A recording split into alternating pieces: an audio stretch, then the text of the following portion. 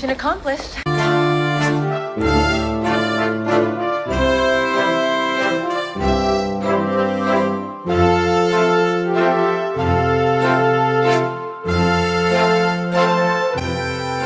Seat as though I was like,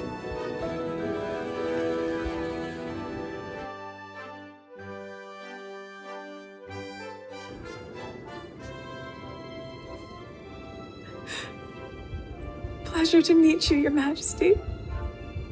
Like, was that okay?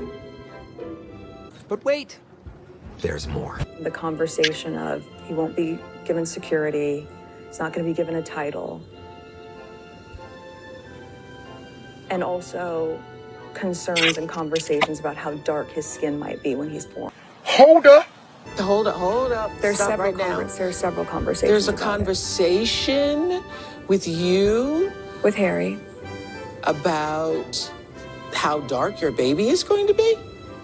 potentially and what that would mean or look like. Oprah, they're so racist. That's not racist. Because even black people want to know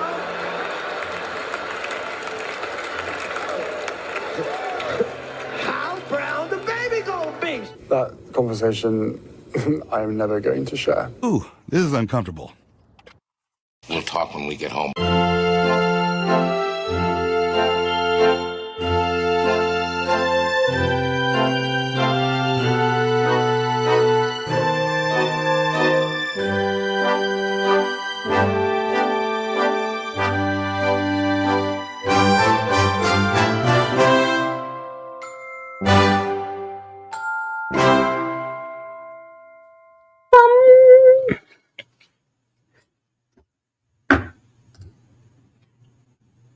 Hello there, my fellow princesses. Oh, I still have not a sister wife listed here. Oh my goodness.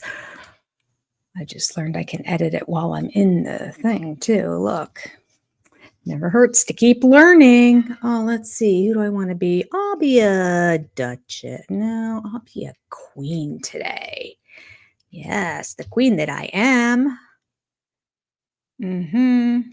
Actually, I won't put it at the end. I will make it Queen Jenny. There we go. Ah! Hello, everybody, and welcome to our book club on revenge. I'm happy to see you all here. I'm excited to be reading this. My goodness, we're reading this. We're reading this. Underneath here, we have the last one we read. I'm all into book clubs if it's nonfiction. I mean, I can read about history. I can read about locations. I can read about health stuff. Anything nonfiction, I'm all for. Been that way my whole life. Never been a reader. Everybody is, but I'm not. Any reading I've done has been nonfiction, so this is right up my alley. If somebody would have said, you're going to be online and you're going to be doing the book club and you're going to be reading a book, I'd be like, hell no. That's not going to happen. But this is my jam. All right. Let's see who's here, and then we will get started. We are on chapter 18 today. I do believe... See if I've gotten it written back here. Chapter 18. Oh, right. We stopped at chapter 18 last time. Do you know chapter 18 was only 4 pages long? There's no reason why I couldn't have read that last time. My goodness. That's all right. We'll add it to this one. So we're going to read 18, 19, and 20 today, which is Spotlight. I don't know what that is. Engagement. That ought to be good. And then Aggravation. Interested. I'm intrigued. All right. Here we go. Next week will be normal. The week after next week is going to be our longest read ever by like 10 pages. I usually read about 20 pages because a print's so itty bitty tiny. And I read it slow because I don't speak British. I don't know if that's a thing. Anyway, yeah, normally we're anywhere between 19 and 24 pages, but in 2 weeks we have 33 pages to read. Why aren't I splitting it up? Because it's all the same chapter. It is a 33-page chapter. Normally we read between 19 and 24 pages over the course of 3 chapters. And the topic is tremors. I don't need tremors. What tremors? I'm very, very, very interested. It is getting good. It is getting good. Then after tremors, we have suicide. Then we have exposure, baby shower, wellness, pitching, vogue, attack, transit, and then farewell, paradise, the trial. Oh, good stuff. Good stuff. Even Netflix is in here. When was this published? Look at me wasting all this time. I'm sorry, people. 2022. Okay, not that long ago. It was published in 2022. Probably like really came out around 2023 if it was copyrighted in 2022, right? Yeah, and it says October 2022. So really 2023. We're in 2025. It's pretty current. Okay. Let me say hi. Hello, Lynn. Thank you for being here moderating for us. I hope you all have your crowns on. Wendy, hello. Good to see you. We have Liz here. Hi, Liz. Wendy, Liz. Jane is here. Hi, Jane. Number 6. Thank you for hitting the like button. Nadine, good to see you too. Yes. Okay. Wendy said, I can't 100% get behind Christine's book. She's already got another coming out later and has been lying to our faces for 20 seasons. She's got another one coming out? Wait. I didn't know that. She's writing another book? About what? About what? I just heard an interview with her today. I didn't finish listening to it, but while I was doing something else, listened to the first part of it. And she made the comment that she got it all out now. Like, you know, this was cathartic and now she's free and has a voice. And then she instantly goes, well, I mean, I had a voice. You've been out for like 4 years. So if writing this book is what gave you the voice, we have issues and problems. She did correct herself, but the interview was a little bit annoying. I'm enjoying the book more than I was enjoying the interview and her talking about the book, quite frankly. Shanna Banana, not really into this book, but I like you all, so I'm here. All right, well, Shanna Banana, it's going to keep getting better. It's getting better and better and better and better. So I'm glad you're here. All right, did I miss anybody? Let's see, Nadine, I saw. Okay, I'm caught. I think I'm caught up. Yeah, I'm caught up. Wait, people keep talking. Okay, so Spotlight is our first chapter. And what does that mean? I don't know. No idea. Let's find out together. This is really smashing my head. Whew. Okay, let's see what we can do here. I'm getting my hair colored tomorrow. And cut. So maybe it'll like lay better or something. Okay. It's odd. Doesn't it look like it's flat here? Whatever. Who cares? I'm the disoriented queen. The queen that hits the bottle and a few shots. All right. Chapter 18, Spotlight. In early September 2017, Kate revealed that she was expecting her 3rd child. I remember that. Prone to sickness and pregnancy, she curtailed her public appearances. Since the Vanity Fair article had increased the Cambridge's suspicion of Meghan, the actress discovered that her neighbor in Kensington Palace had even less time for her. Oh, because they were neighbors. Okay. All right. So now, right around now, after Vanity Fair, Kate is becoming frosty towards Meghan. keeping her distance. All right.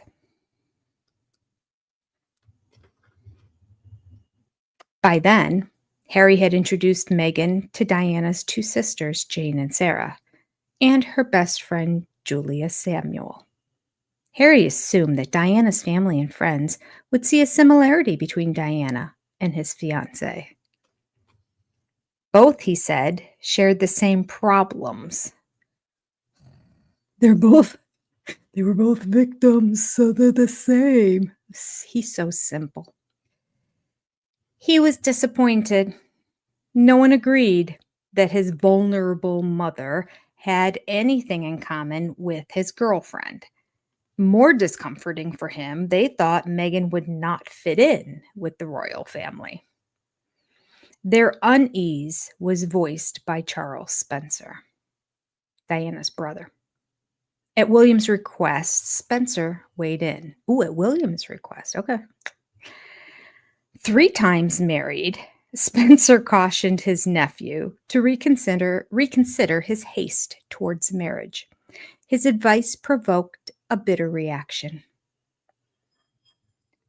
Quote, "This was going to be really hard," end quote. Harry would later reflect on establishing Meghan's place in the family. One of his reoccurring concerns was insufficient money if they married. What? Whoa, whoa, whoa, whoa. Harry's concern was that he wouldn't have enough money after marrying Meghan? Pray tell, do tell me why. I'm very confused by that line. Let's read on. Although Harry annually received about $1.5 million from Charles, Meghan had been advised to continue acting to supplement their income. I just can't relate to these people. I can put the crown on, but I am not royalty, clearly. Okay. Oh my gosh, who advised her? I want to know that. I hope we move on. That was 321. Should I look and see if I can see the reference? 321. Let me, wait. Index. No, not the index. Here we go. Let's see that reference. All the references are in the back. 380, 310, 328, 321. Oh, it says CBS, Oprah with Meghan and Harry on 7/3/21. Do you remember that from the Oprah interview? That she was advised to continue working? They did talk money a little bit. I guess I didn't pay that close attention. I should go watch it again. Okay. I don't even know if you can watch it again. Where is it? Because that was CBS. I have Peacock, but I don't have the paid version of Peacock. I have the free one. Okay, sorry. All right. So Harry gets $1.5 million a year. Not enough. Clearly not enough to sustain a wife. I mean, it is Meghan. There you go. She'd been advised to continue acting. Little did she know, they're writing her off the frickin' show. Did she know this at the time? I think she knew this at the time because basically this book is chronological. Okay, moving on. I apologize. By that point, Meghan knew from her agent, Nick Collins, that her acting prospects were limited. All right, just go on, Jenny. Omid Scobie, her official biographer, would accurately surmise her exit from Hollywood. Quote, "She wanted a more meaningful career," end quote, he wrote. Quote, "She could be doing so much more with her platform," end quote. Her frustration remained. She was tantalizingly close to sealing her future, but nothing was official. Harry betrayed no tension when he arrived in Toronto for the 3rd Invictus Games, bringing together wounded athletes from 17 nations for 8 days. The Vanity Fair article And the coincidence that the city was also Meghan's home transformed the event into a media circus. Before the game started, Harry's publicists made sure that his personal interest in depression and suicide was noted by the media. Why? Dutifully, they reported that his meetings in the city had highlighted mental illness and the importance of Royal Foundation's Heads Together campaign to help sufferers. The next photo call was also approved by Harry. Okay, I don't know what a photo call is. It's a hyphenated photo/call. The next photo call was approved by Harry. Don't know. Okay, so they wanted to make sure he talked about this mental illness because he had a platform that talks to it. That organization got it. Meghan's arrival in the stadium's public area on the 25th of September with Marcus Anderson was carefully planned. Melodramatically, Harry insisted that a Scotland Yard detective stood nearby. I'm so glad that he started that sentence with the word melodramatically. That's crazy. All right. Meghan was there not only to cement her relationship with Harry, but also to showcase her vision as Harry's future wife. To help designer Misha Nonu, she wore a classic white husband shirt from her friend's new collection. Praised by some for wearing distressed mother denim jeans to soften the look, others criticized the deliberate tears in the fabric. Oh, tears, sorry, spelled the same. Others criticized the deliberate tears in the fabric to suggest, quote, "I don't give a damn," end quote. I thought that same thing too. I thought, okay, she's not a royal yet. I get it. But they're on the path to engagement. She is kind of being announced as his girlfriend at this event. And, you know, a black jean without tears in it would have been casual enough and gone well with the white boyfriend shirt. She didn't have to have the torn up jeans. I mean, I have torn up jeans too. They're out of style now, but I still have them because, you know, cheap. All right, moving on.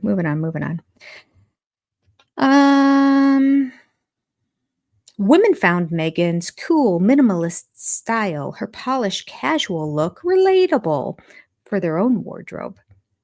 The Meghan effect, she noted with satisfaction, sparked a dramatic increase in orders for the clothes and sunglasses that she wore. Her relationship with Harry promised considerable commercial benefits. She wasn't even engaged, and right away she's like, cha-ching, cha-ching, cha-ching, cha-ching. Unknown to the media at the time was Meghan's admiration of Carolyn Bessette, the wife of John Kennedy Jr. Although the fashion publicist and former president's son had died in a plane crash in 1999, she remained a style icon. Meghan had already decided that her wedding dress should be modeled on Bessette's.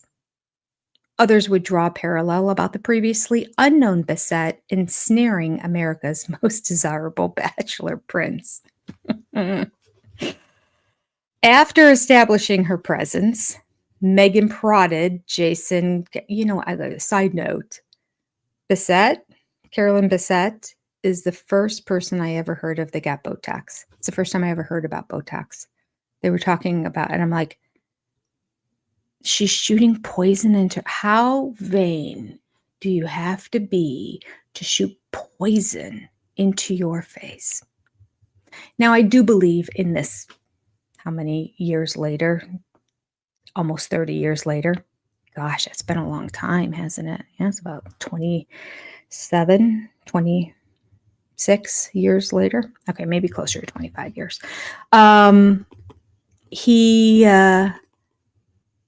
Now I think there's probably studies showing that it's not doing any long-term damage, but like nobody knew back then. I hadn't even heard of this stuff. I'm like, are you joking? Just like I thought I was convinced everyone that was getting it was going to have like big rock hard, like when people first started getting the breast implants and then they turned into rocks and had all kinds of problems with them. I thought the same thing was going to happen with this. I'm like, oh, she's going to become Quasimodo. I wouldn't do it. I was wrong. Okay. I mean, she passed away before we could see, but no, I haven't seen anybody else turn into Quasimodo. Okay. Lindsay, you can't pay me to get Botox. Susan, good to see you. Welcome. She's awful, Kathy. I always had so much respect for the queen. Even if she wasn't the queen, she should have had been blah, blah, blah, blah. Even if she wasn't the queen, she should have been given respect as Harry's grandmother. Yes, absolutely. That was a response to Kathy. And hello, Kathy. Nadine, I thought she was full of it when she was dismissive to the queen. Yes. Refusing to let the queen see her wedding dress, which was I don't even know if it was standard or protocol, which I think it was. Maybe not protocol, but when the queen, the grandmother, forget the queen, when the grandmother of your soon-to-be husband says, "Can I see the dress?" You don't say, "No, it's going to be a surprise." But you know what? I heard recently, I think the queen was very upset when she saw the dress, which might be why Meghan wouldn't show it to anybody, because it was white. She was not pure. So, don't know if that's true. Rumor, but I heard. She shouldn't have been wearing a white dress. She could have been wearing cream or light, some other color. What did when Charles got married, his wife wore purple, I think. I think she wore gray. It was gray. Grayish purple, but gray wedding coat, it kind of looked like. Camille. Anyway, not to say that she was expected to be a virgin, but she was married before. So that is what got rid of the white dress, or should have. She didn't pay attention. She didn't listen to the rules there, this Meghan. She did what she wanted to do. She was a handful. All right. She's very Fergie-like, but worse, I think. I don't know. Maureen, are you here? Can you chime in? Maureen always has the deeds. She lives in London. She knows it all. Okay. Yes. No, and I heard that. Yes. Well, she not only wore it to piss her off, she wore it because the queen always picks the color first and the outfit first. And then everybody finds out what she's wearing, and nobody's allowed to ever wear the same color. Remember Meghan complaining about that? Oh, like you couldn't wear the same colors as other people. It was so confusing. So I just wore beiges and neutrals, which is what she wore all the time before she went into the royal family and what she wears all the time now. She made it seem like it was a big sacrifice and she was a victim. But the queen one-upped Camilla and said that she was going to be wearing that color so that Camilla could not wear an off-white color for her wedding. And she wasn't permitted to wear white. So she had to go with the color. The queen is clever as she is. All right. I'm moving on. I apologize, people. I have lots of opinions today. Here we go.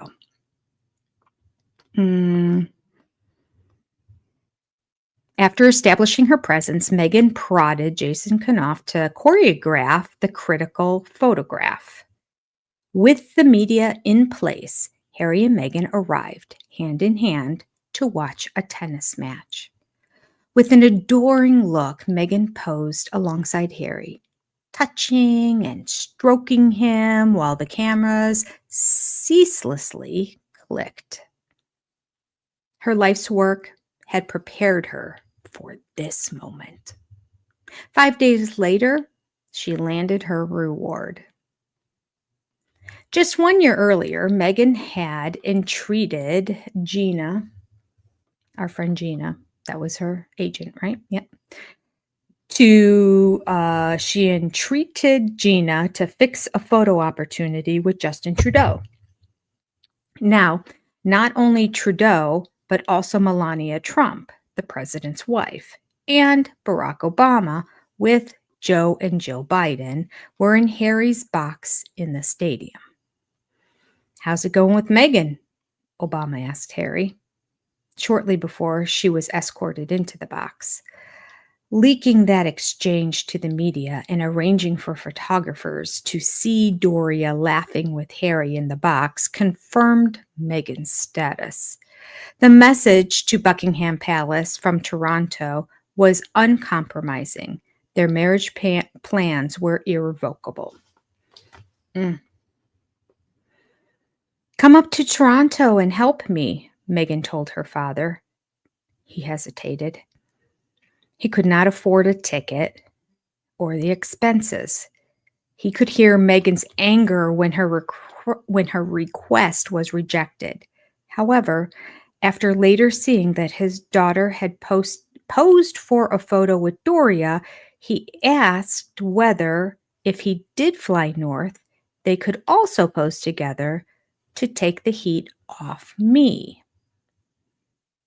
Oh, okay. So he was getting a lot of heat. So he asked her, "Hey, can we also pose for a photo at some event so that people will just leave me alone, because I'm down here in Mexico now to try to get away from everyone, and it's still not working." At first, Meghan agreed and volunteered to pay for the fare. "Okay, good." "He's only coming to get his photo," Doria told Meghan.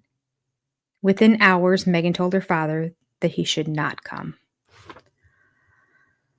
Doria. Thomas was puzzled.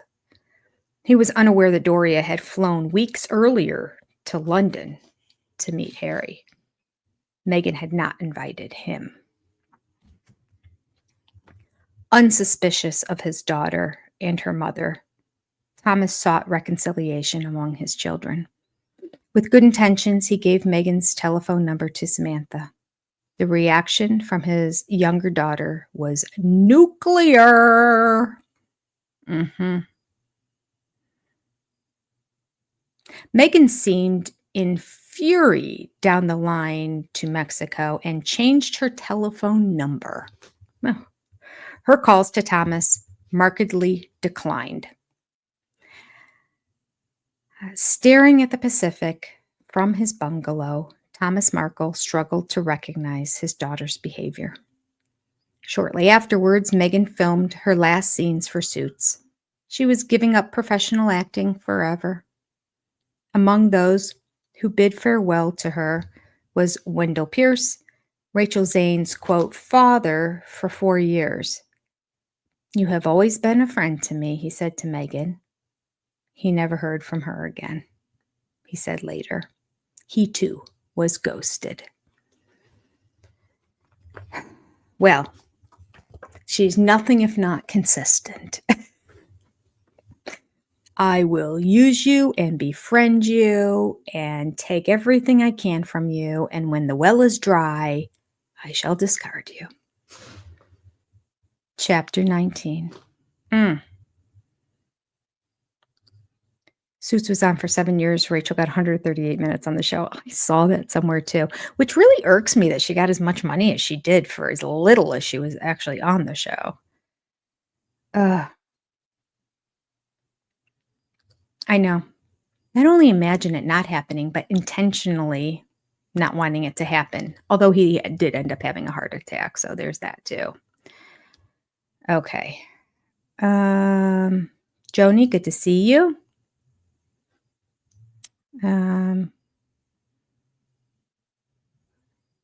I don't think I'd get married if it. Yeah, there you go. Yeah, she still got 5 digits.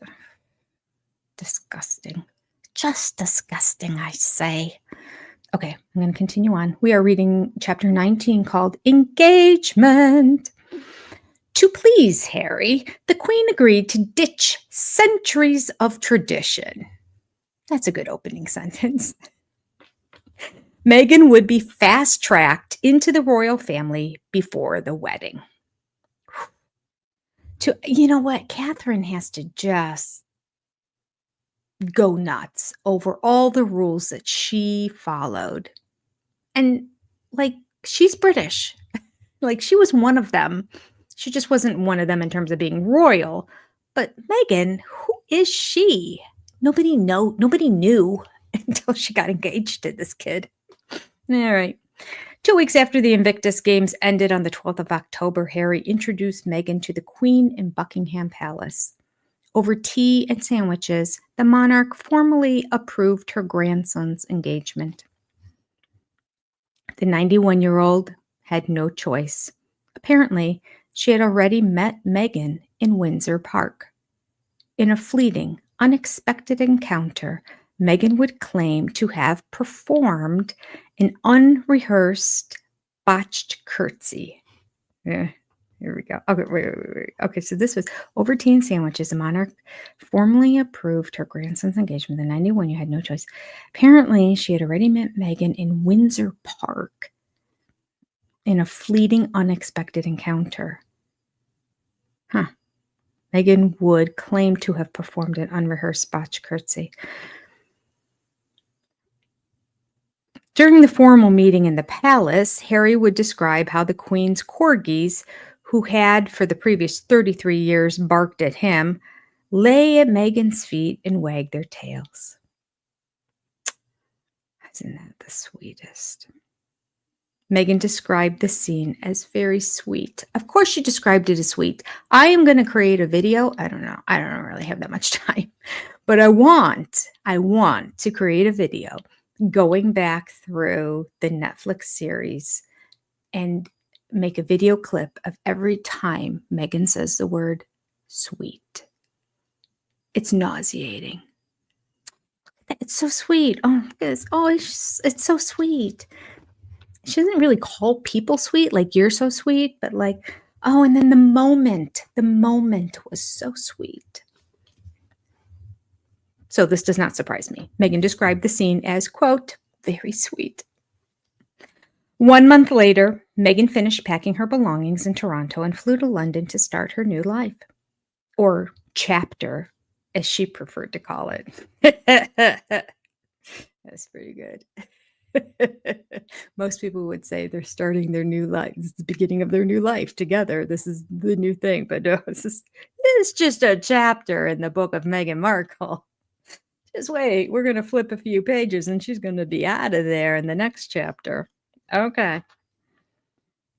Successful entry into the royal family required effort and imagination. Most newcomers had been defeated. Not only had Diana and Sarah Ferguson been ousted, but Princess Anne's first husband, Mark Phillips, and his family had been ignored. Even the Middletons had been rudely snubbed by several women in the court until William demanded better behavior. Wow. Okay.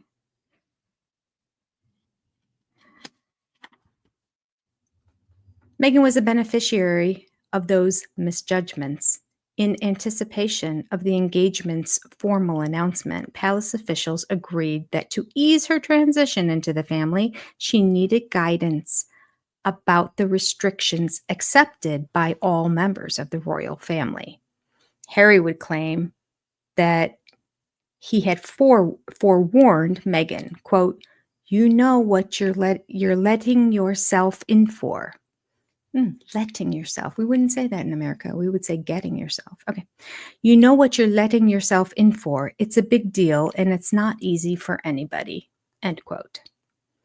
Oh, this is very interesting that nobody else had any kind of guidance or rules or anything, but Meghan was given that based on the fact the other ones had a difficult time. And yet, Meghan in the interview with Oprah would claim she had zero guidance, had no idea how to do anything. Not to mention, I heard somebody say, and again, don't know if it's true, but I heard that after she was engaged in LA, she hooked up with somebody who was one of those, you know how you can take kids to learn manners, walk with a book on their head, and, etiquette classes, essentially. She found somebody who was an butler from a castle and took the etiquette classes to learn everything. But she knows nothing. She's either dumb as a box of rocks or full of lies. I think the latter. I almost said the former. The latter. Okay. All right. You're like, it's a big deal. It's not for everybody, Harry says. If so, no one directly asked Meghan whether she understood that the British monarchy had only survived with the support of 70% of Britons by seeking to remain soberly uncontroversial.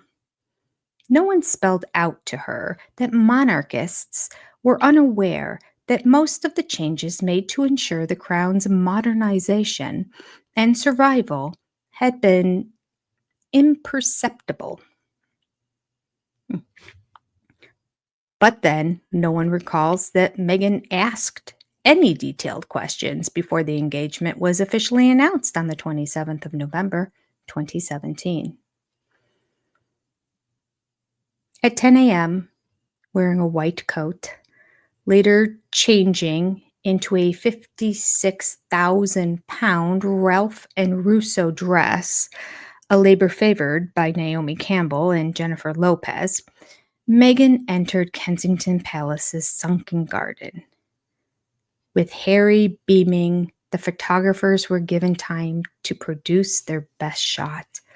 Gosh, I remember not liking what she wore. I don't know why, though. I wasn't really a huge fan of what she wore when she came with the baby either. And that was kind of like a coat, like a dress coat she wore. And I feel like she wore something very similar in the engagement photos.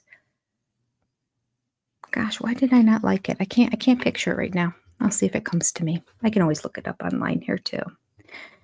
What you had? The dress was boring. Was it boring? Yeah, I'm gonna look up here real quick. All right. Markle's engagement photos. Well, there's oh yeah, she wore it's the same thing. She wore, when she came out with the baby, the exact same thing she wore when she came out with Harry. It's like a white, it looks like a trench coat. She wore a white trench coat. That cost how much? Well, then she changed into a fancy dress. And took official photographs with Harry. I'll take a picture to show you guys. Let me see if it's in the book. I didn't look at these pictures at all yet. Can you believe it? Nope. Oh, that's still her with the old bow. Nope. No. Let's see. I see no pictures of her she's sitting in all of them. Sitting. The one of her standing's in black and white, and she's all grabbing his arm so you can't see it at all, and her head's turned so you only see like this much of her nose. You can't tell the dress because of the black and white. That's crazy. Let me see more images. Okay, I'll take a picture of this one first to show you. This is what the trench coat dress. And then there's got to be one picture of her standing up in the other dress so we could see the dress.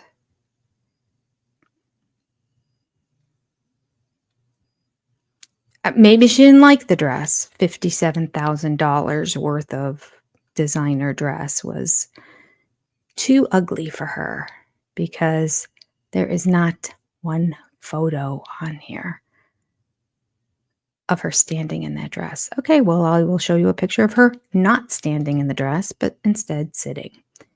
There is one picture of Kendall Jenner wearing it, but She must have worn it on their runway originally. And Meghan thought, I want to look like Kendall Jenner. Meghan really wants to be a Kardashian. That's for sure. Oh, I don't think these are going to upload. I'm going to have to, I wish. Oh, or will they? Okay, let me give it a shot. Let me give it a shot first. I might have to do a screenshot of them. Video. No, it's not a video file. Cancel, Jenny. Pay attention. Image file.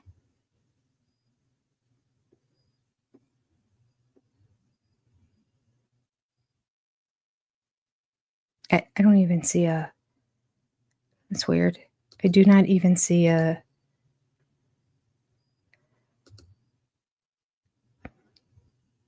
Grayed out copy of it. Like, you can't use this. Where? Oh, wait. That's the problem. Okay. I figured it out. I'm sorry. All right. So this. Why did it switch to that? Oh, this is very confusing.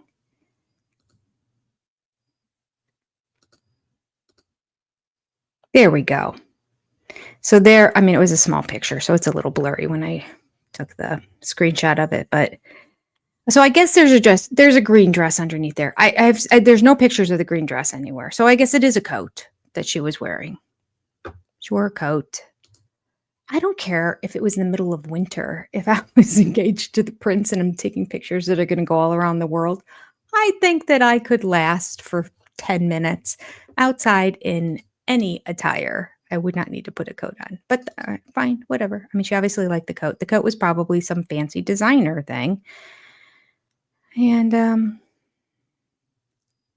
me see if I can get it to show up. Sorry, last time I just clicked on these and eventually it popped up. Let's try this one. Come on. It keeps wanting to show the intro video.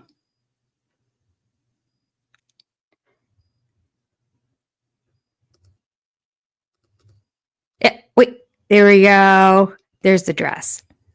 There's the dress. So it's like a ball gown kind of dress that is completely sheer and has just different designs. I mean, obviously she probably wore some sort of bodysuit sewn into it or something, because there's no way the royalty would allow it to be completely sheer. But still, even at that, I do believe that dress is probably inappropriate based on the standards of what you're supposed to wear. Okay.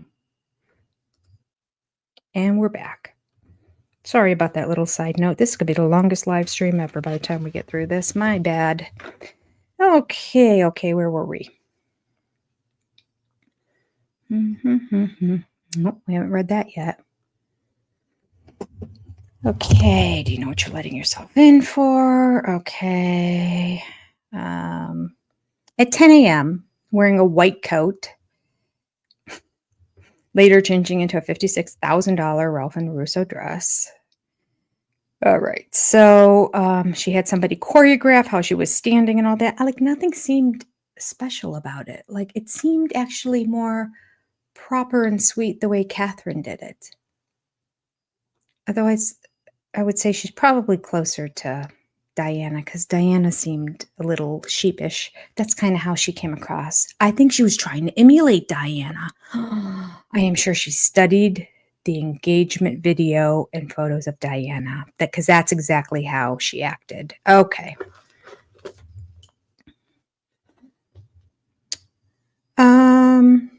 With Harry beaming, the photographers were given time to produce their best shot. They noted Meghan's eyes fixed on her fiancé and recorded her rubbing Harry's back as they walked back to the palace. Her conspicuous tactile reassurance would become a feature of their public appearances.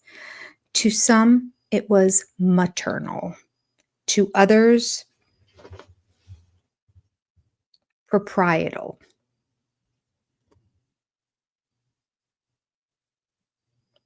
Proprietorial.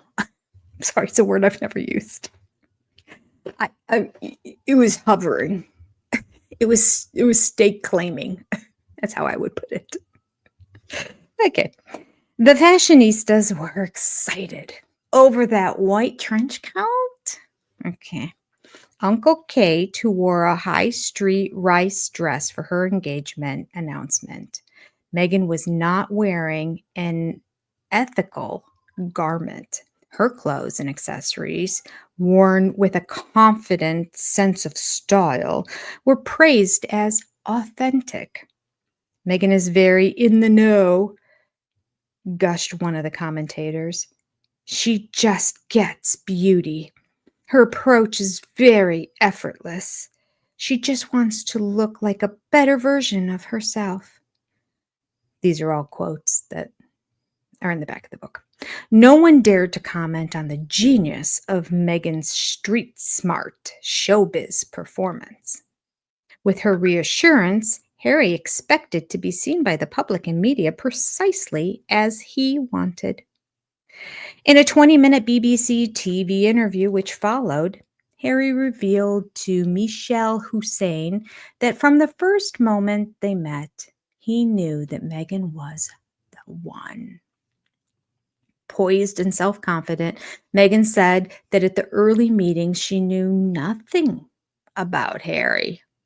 Without a blink, she declared that she had done no research about Harry before the blind date. Blind. It's the Prince of England. Blind date, sure. Okay. It wasn't even blind for him. He saw a picture of her and said, yeah, she's cute. I'll go on a date with her. It was blind for nobody. Hey. I'm tired of them calling it a blind date. Everything she had discovered had occurred, she said, during an 18-month, really authentic and organic learning curve, investing time and energy to make it happen. So she invested time and energy to make it happen. That part I agree with.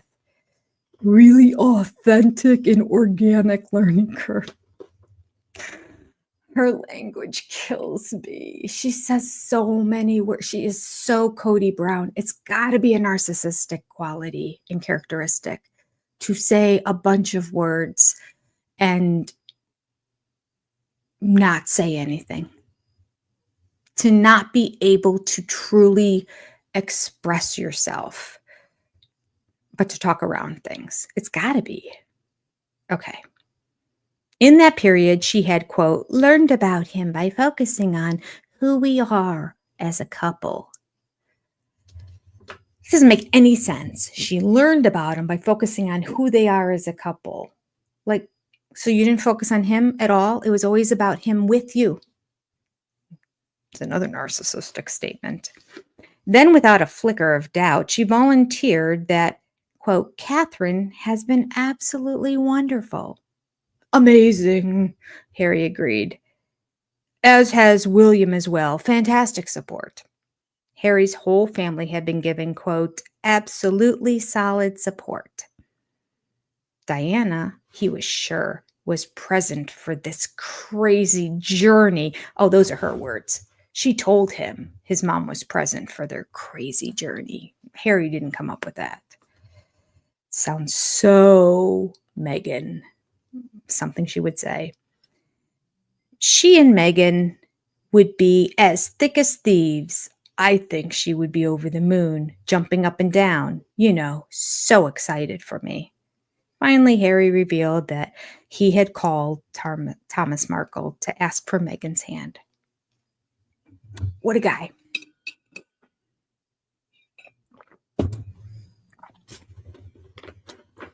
Could not fly. Next, to move on from the image created by Vanity Fair, Meghan presented herself as a victim of the brutal media world.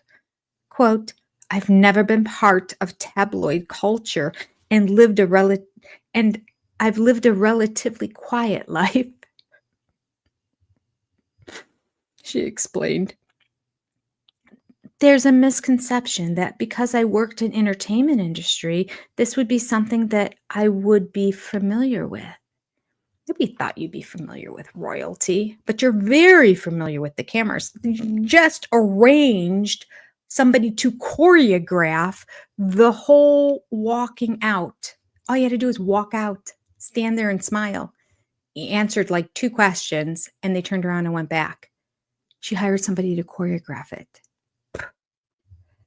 She more than was prepared, more than anybody coming into the royal family. All right. Misconception. This would be something I'm familiar with. Presenting herself as a contrast to Kate, she said, quote, I do not see marrying Harry as giving anything up.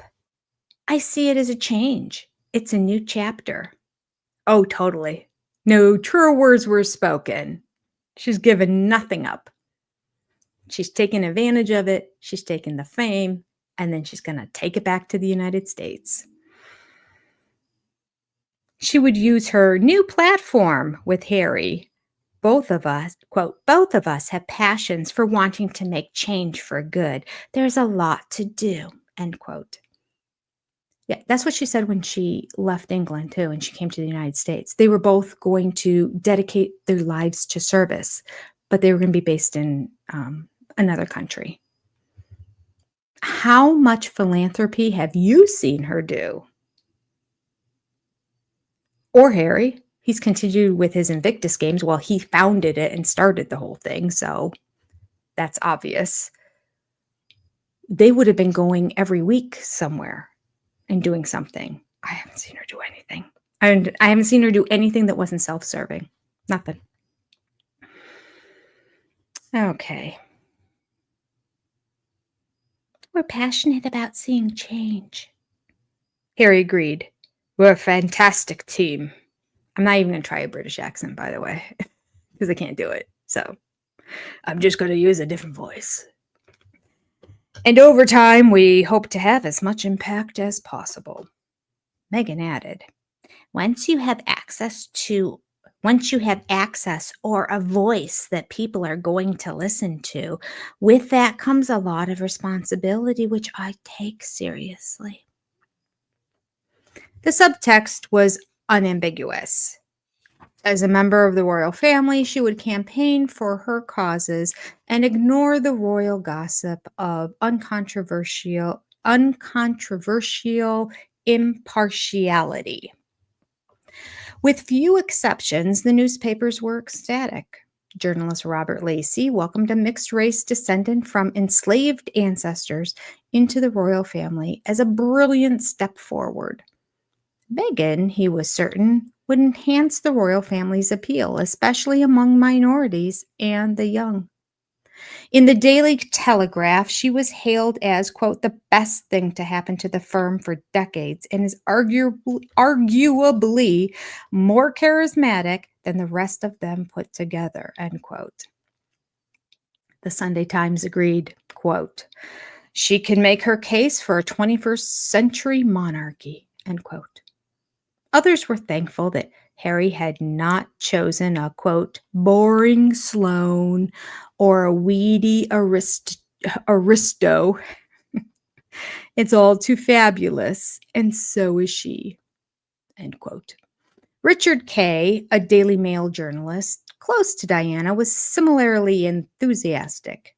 Intoxicated by a young woman who has not only had to make her way in the world, but had to overcome its prejudices too. Harry had chosen a woman who Diana would have wanted to be. Oh, geez. Oh, geez. Indeed, Kay speculated, Meghan could be, quote, the next Diana in terms of global appeal, end quote. Oh, you know what? The possibilities. The possibilities. If she would have just kept her mouth shut, she probably would have been that.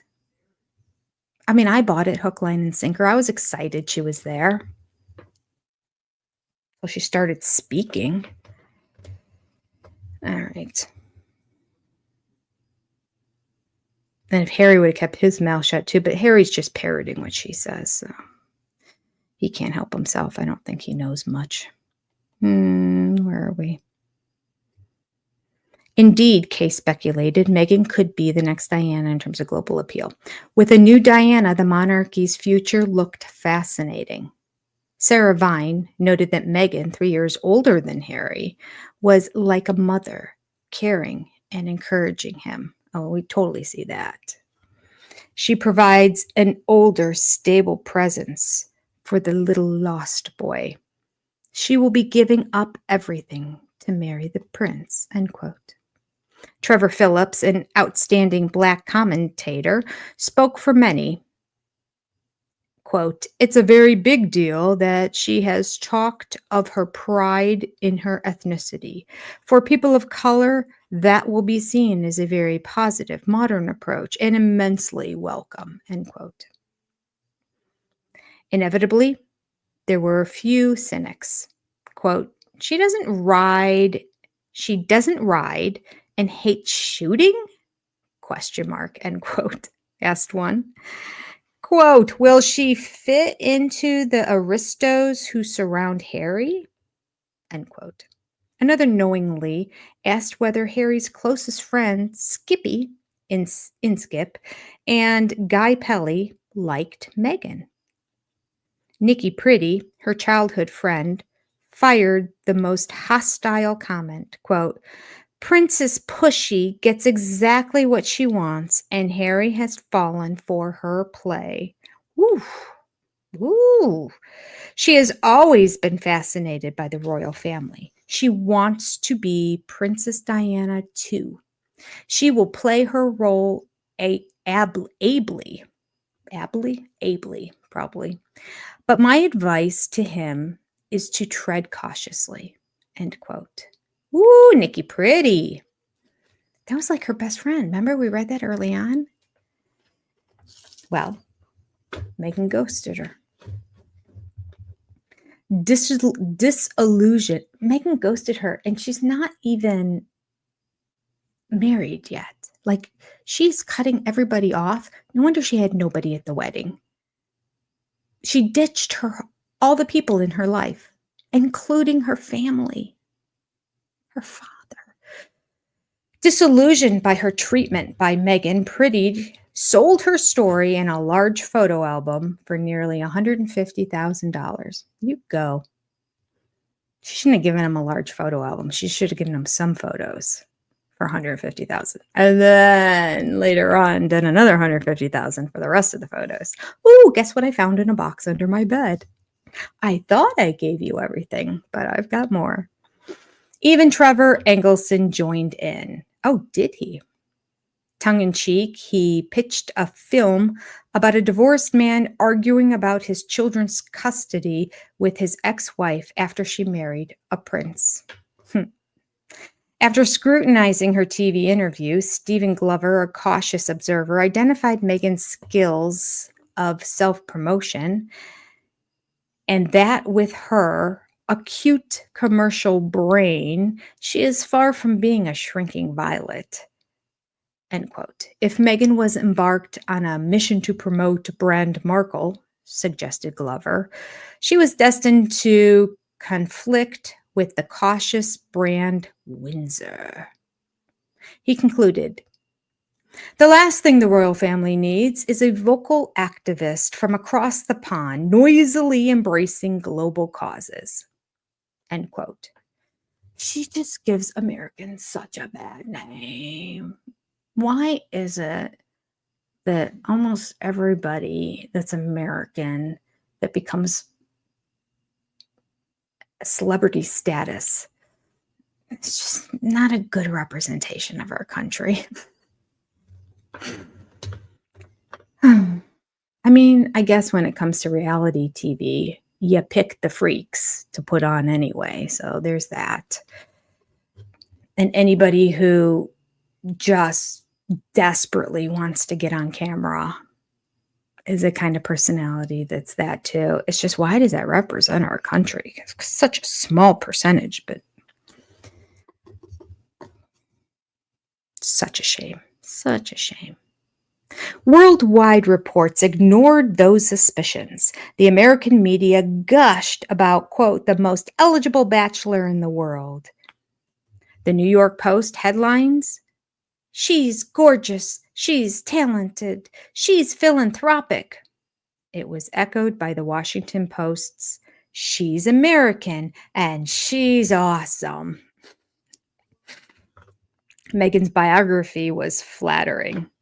Quote, "Like her royal beau, Markle is a passionate humanitarian. She does frequent advocacy work for the United Nations and the World Vision Canada, traveling internationally to promote gender equality and access to clean water. The 4 trips over 2 years had proved invaluable." Excuse me. Little do they know she really did nothing, and she did it all as a photo op and as a way to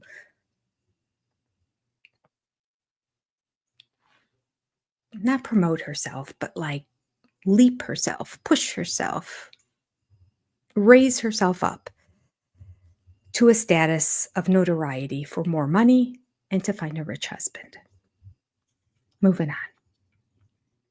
Buckingham Palace had also scrutinized Meghan's interests.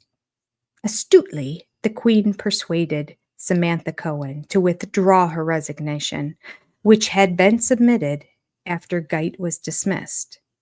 The mother of 3 agreed, as private secretary, to help Meghan. Sorry, this is the longest run-on sentence. Okay. Astutely, the Queen persuaded Samantha Cohen to withdraw her resignation, which had been submitted after Geit was dismissed. The mother of 3 agreed as private secretary to help Meghan through the wedding and beyond. Under Cohen, a team of 14 young, intelligent, and experienced officials, including Jason Knopf, was assembled to introduce Meghan sensitively to the quirks and expectations of royal life and service to the nation.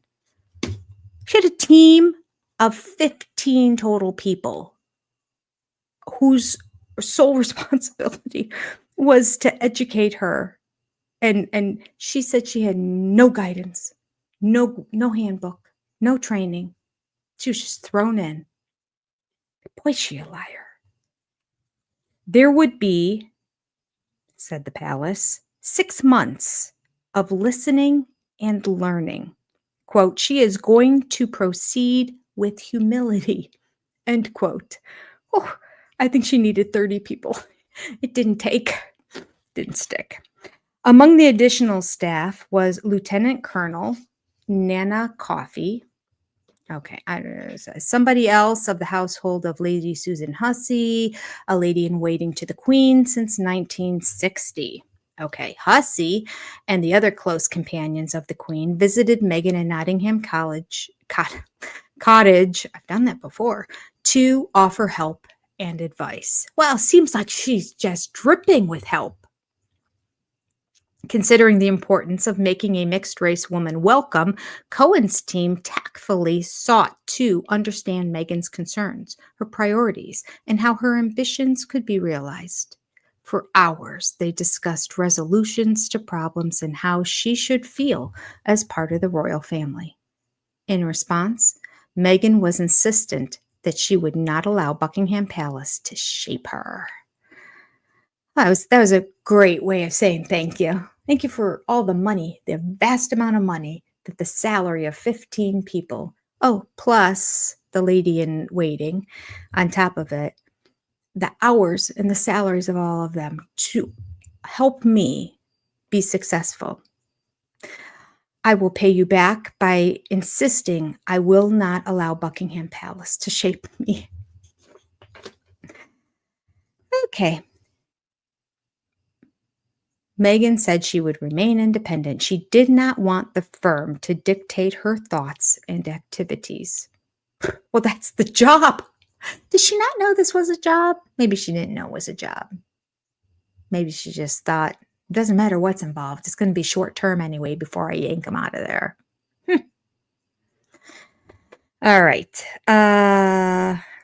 There was a certainty in her attitude.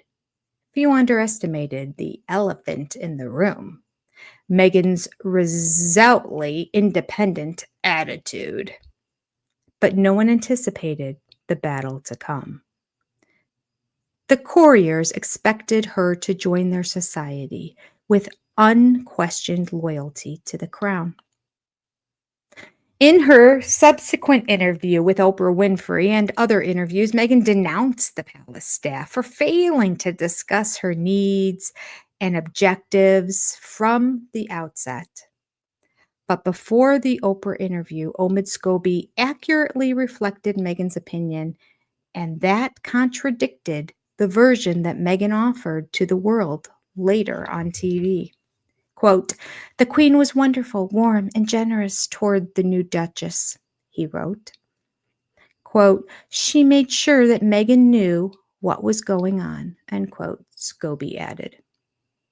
Quote, "Charles made sure Meghan was supported as she navigated the ups and downs of life in the public eye," end quote. Okay. Meghan did not feel the same toward Kate. Within a short time, she complained that Kate had not adequately welcomed her. Poor Kate wouldn't do a beer bong with Meghan, so she didn't like her. Okay.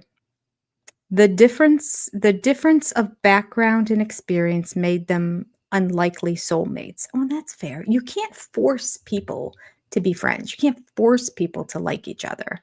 It's like the sister wives. You can't put them together and instantly expect them to all be friends. They were just sister wives, but not sisters. Even sisters, sometimes you can't. They're just different people. Your friends, you get to pick. Everybody else, coworkers, nope. Children even, nope. Parents, nope. Siblings, nope. You can't pick them. Only friends. So for her to be all upset that Kate didn't think she was all that in a box of chocolates just shows how dumb she is. How self-centered she is, really. She thinks the world of herself. Yes, she does. If anybody really likes Meghan and they're watching this, I apologize. My little 2 cents I'm adding here is not so kind. Okay, moving on. There could be little intimacy. In her personal relationships, Meghan had rarely tolerated or compromised with a woman of starkly different interests. Kate was recognized as an adversary who had to be reckoned with. Bum, bum, bum. I wonder if they talk more about that. The differences were not apparent during Meghan's first public engagement, the beginning of a 6-month tour of Britain. On a frosty morning, on the 1st of December, a large crowd waited for the couple in Nottingham. The moment they were seen, Meghan mania exploded. Quote, "We need magic at the moment," end quote, one of her many admirers shouted as the confident and relaxed American greeted the crowds alongside Harry. She even gave a hand warmer to a woman who complained of the cold. Well, sure, if the woman had been sitting out there for hours and it's December and it's cold and you've got hand warmers after getting out of your car or out of a palace, and she was saying how cold her hands were, which probably was a conversation that came up because her fingers were probably like red or white. It would be cruel to not offer a hand warmer. Like if it were a test, she would fail it if she didn't do it. This is not, wow, isn't she great? Oh boy, the bar is low for this woman. All right, she even gave a hand warmer to a woman who complained of the cold. Harry and Meghan were ready to be loved by the British public. Oh, I bet they were. The favorable media coverage excited Meghan. Drawing comparisons with Kate, one writer reported that unlike Meghan, the Duchess of Cambridge was too formal and not as glamorously dressed. Reflecting with her staff in Kensington Palace on her popularity, Meghan credited her success with being uniquely special. She is special. Just that's how she explains, that's how she describes herself. I'm uniquely special. An attitude reinforced by Harry. Diana's stardust, Harry suggested, was falling to Meghan. None of Meghan's staff volunteered that only by being a member of the royal family was Meghan special. Less than 1 month after the engagement was announced, one member of her staff asked herself, quote, "She'll be famous, but will she be a royal?" End quote. Meghan's fear was her family. In her telephone calls to Thomas Markle in Rosarito,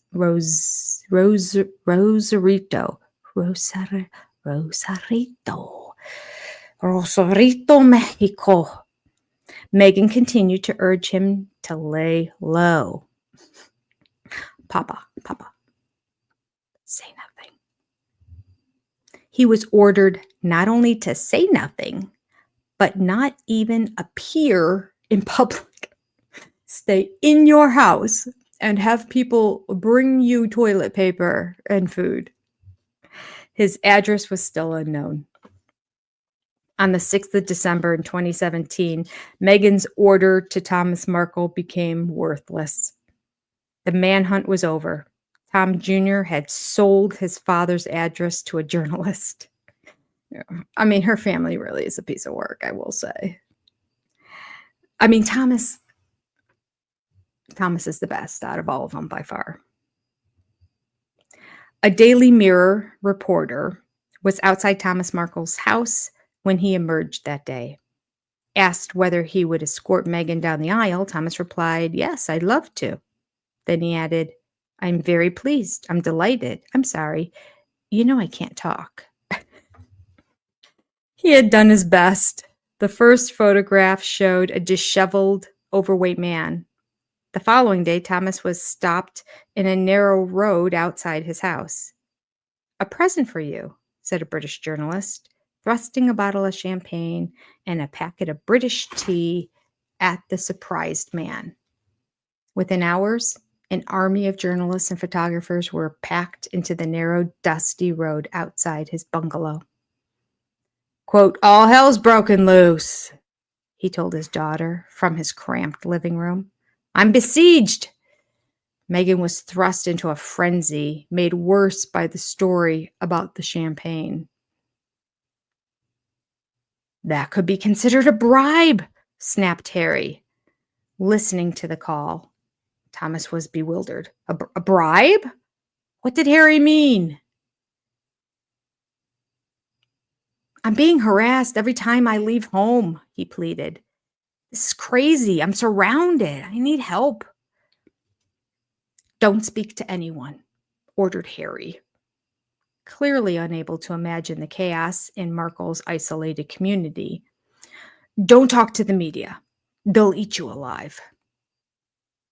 "Can you help get rid of these people?" asked Thomas. "Don't speak to anyone," repeated Harry, unsympathetically. Doria, Thomas knew, was getting help. Oh, what kind of help was she receiving from Meghan? Why was Meghan denying him the same assistance, he wondered. Although Meghan would later claim that Justin Knopf had spoken to my father on many an occasion, Thomas Markle heard nothing from London. Thomas understood that Meghan was keen to exercise her control. She could not risk Thomas at large. Similarly, she could not risk the rest of the Markle and Ragland family speaking beyond her remit. Another word I don't use in everyday conversation. "This is really weird," Thomas told Samantha Markle. Meghan's voice, Thomas decided, was strange. "When Harry is in the room, she is sweet, But when he steps out of the room, she's a different person, mean and controlling. To his surprise, he had not received a Christmas card. More particular was Meghan's suggestion that Thomas Markle cut himself off from Samantha and Tom Jr. Oh, what a gal she is.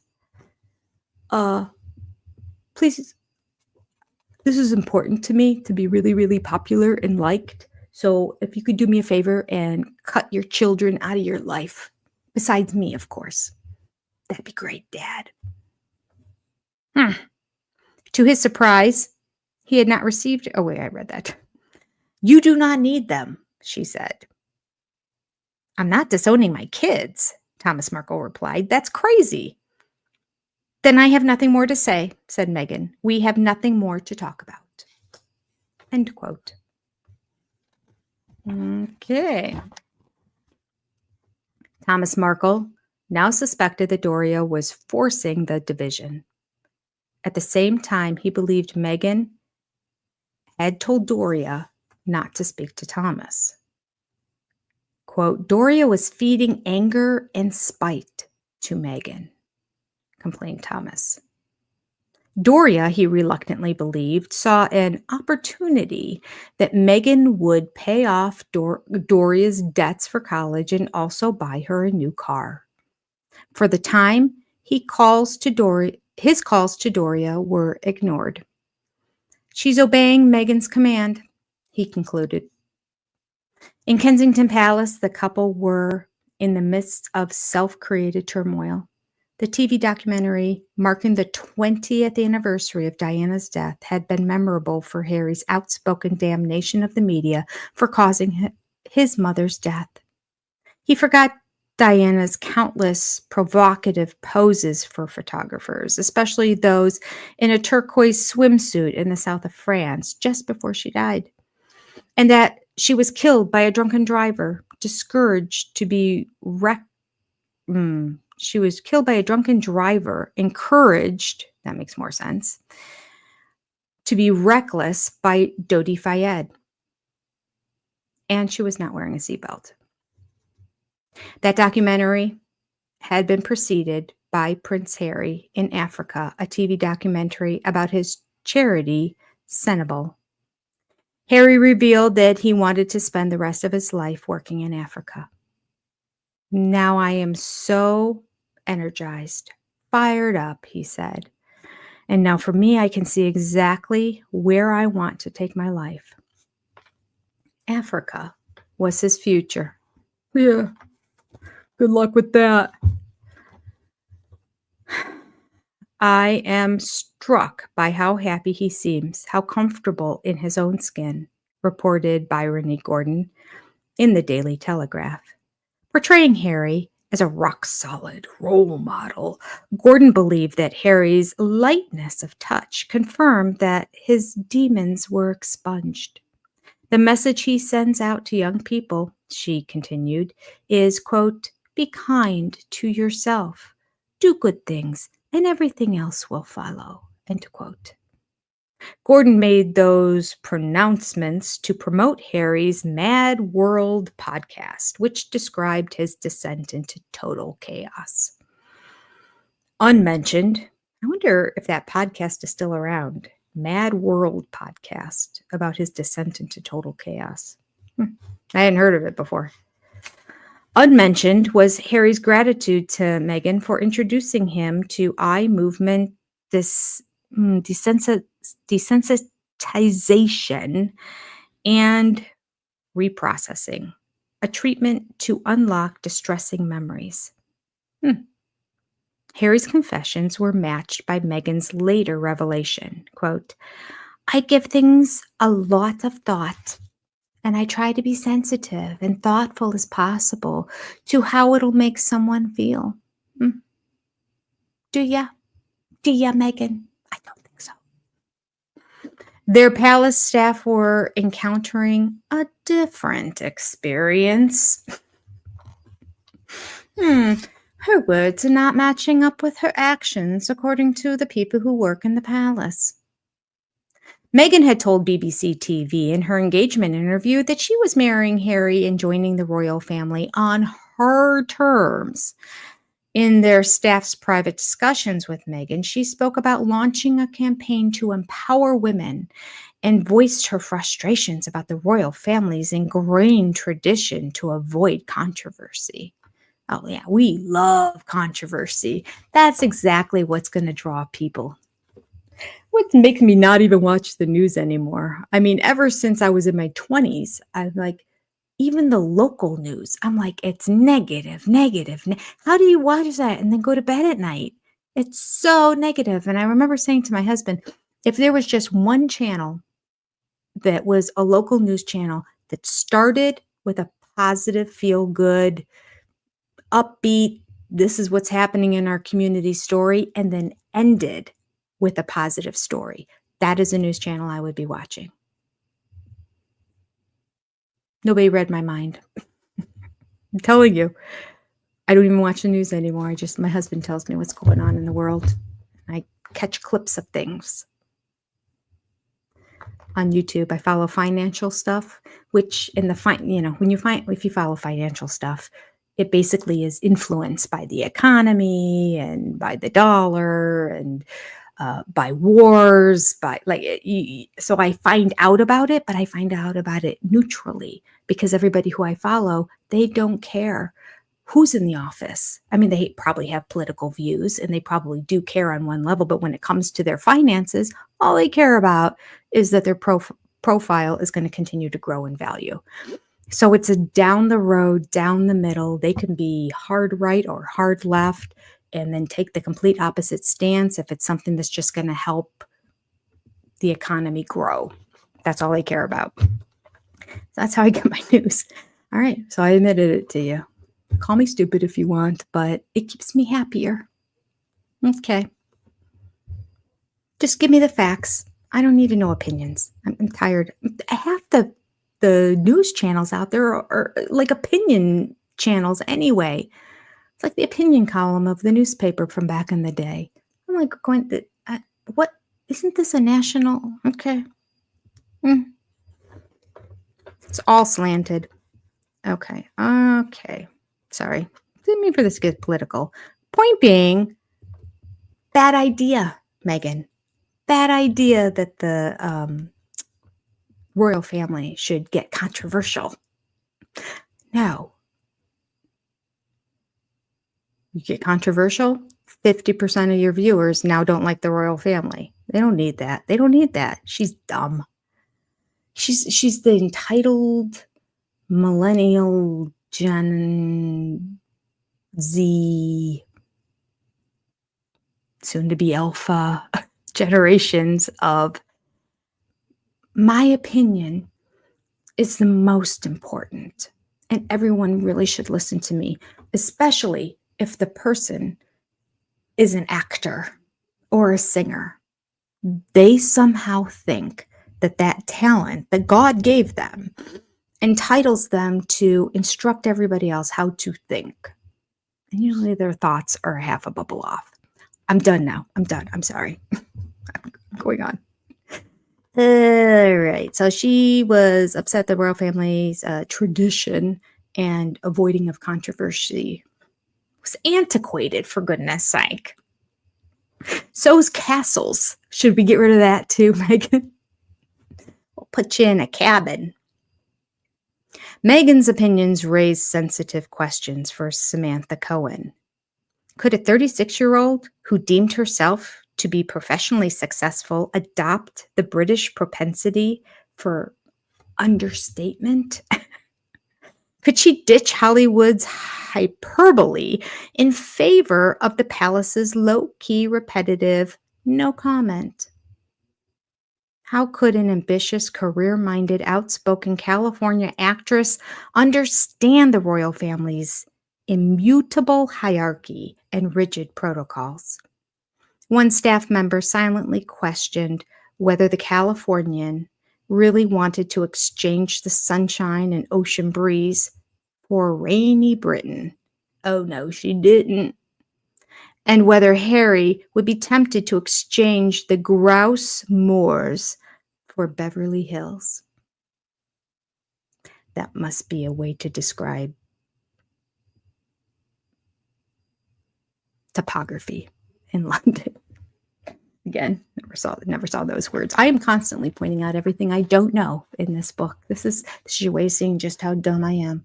Of course, Jenny, don't watch the news. Okay. All of those questions remained unanswered. Meghan offered no willingness to compromise. She interpreted their antiquate. I'm sorry. She interpreted their acquiescent smiles as agreement rather than polite exasperation. She was not impressed by their aristocratic manner and mannerisms. Even their wealth was gauche. She did not want to dress, speak, and even think like them. Silently, Cohen's staff judged Meghan's refusal to understand the non-negotiable requirements of royalty as irresponsible self-indulgence. Oh boy, yes it was. It's a good sentence.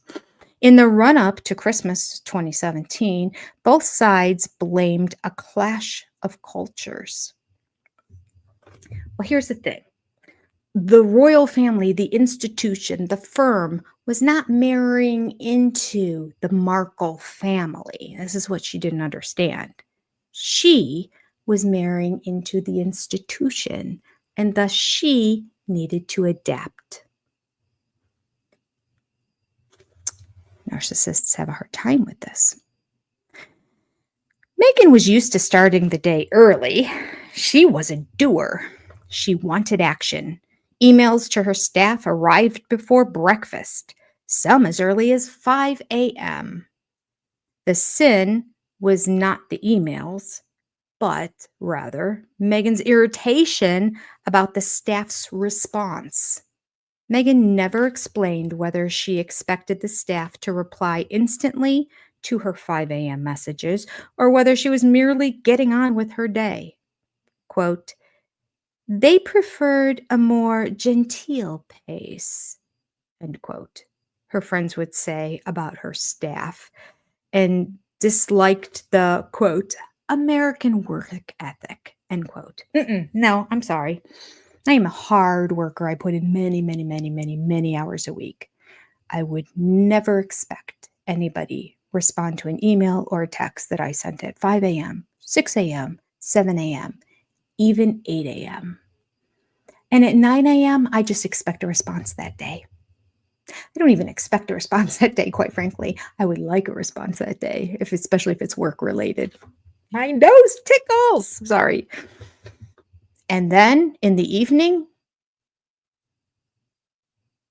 after 5, you can't expect people to respond. If it's family or friends or that, it's nice if they respond to something between like 5 and 7, but come 8 o'clock, no. People they shouldn't be living by their phones and emails. Anyway, again, this isn't about me. I'm making it all about me today, aren't I? I apologize. Okay. American work ethic. American work ethic. What has she done since she's been in America? Honestly, anything she's touched has just fallen to pieces. And you know she's not done any of it. She's hired people to do everything because she doesn't know what to do. That criticism deliberately disguised a profound change in Meghan's behavior. Stories surfaced that Meghan's orders to Melissa Taubte, her PA, to buy special red blankets for a Sandringham.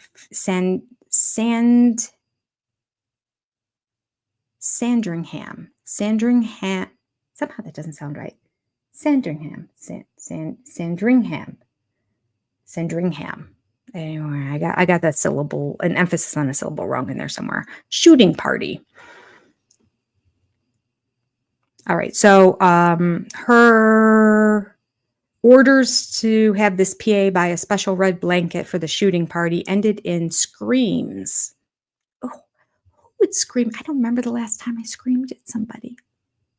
Decades. I can't relate.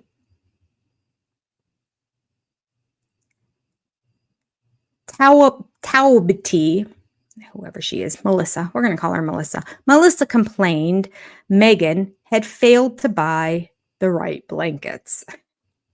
At the same time, it was said that Amy Pickerel, a chief aide, also felt that Meghan exerted an attitude of entitlement, which reduced her to tears. Meghan, she concluded, was unwilling to listen to advice. So it wasn't that Meghan wanted red blankets. It was that she was supposed to have red blankets but bought the wrong ones. Stories surfaced that Meghan's orders to Melissa, her PA, to buy special red blankets for the shooting party ended in screams. The PA complained that Meghan had failed to buy the right blankets. I don't understand. Anyway, let's move on. Somewhere in her journey between Toronto and Kensington Palace, Meghan's famed empathy had disappeared. Some would say she had absorbed the performances of Toronto's elite or that of a Hollywood mogul. Others would blame Harry's own short-tempered arrogance toward his staff as her model. Whatever the explanation, a Kensington Palace official had to ask Harry and Meghan to speak to their staff with more understanding. Quote, "It's not my job to coddle people," Meghan reportedly replied. Naturally, no one was aware of the previous complaints during the Reitman shoot or Adrian Sington's experience. Shoot, I forgot what that one was. I remember the Reitman shoot, how demanding she was in that photo shoot for that clothing store in Canada, but I don't remember the other one. Adrian Sington's experience. I'm thinking that's a guy, but it could be a woman. Gosh, I don't remember. Okay. Beyond the palace walls, the fairy tale was flourishing. Buckingham Palace briefed the media that the couple's wedding plans were for a, quote, ceremony designed to incorporate both families, their wide circle of friends, and welcome the public into their lives, end quote. It was all people she wanted to be friends with. She didn't have her friends there. She had Oprah. She had George Clooney. She didn't even know these people. Crazy. But she didn't have her daddy or her brother or her sister or any of her best friends from growing up. Just the one, Jessica Mulroney, who she later discarded too. The process was underway for Meghan to become a British citizen and for her baptism into the Church of England by the Archbishop of Canterbury. Mindful that Meghan appealed both to youth and the diverse communities, the Queen wanted to accelerate Meghan's membership of the royal family before the marriage. In a break from tradition to please Harry and under pressure from Charles, Meghan was invited to the Christmas lunch for Buckingham Palace's staff, to the royal household party at Windsor Castle, and to spend Christmas with 30 family members in Sandringham. I gotta look that up. Sandringham, something like that.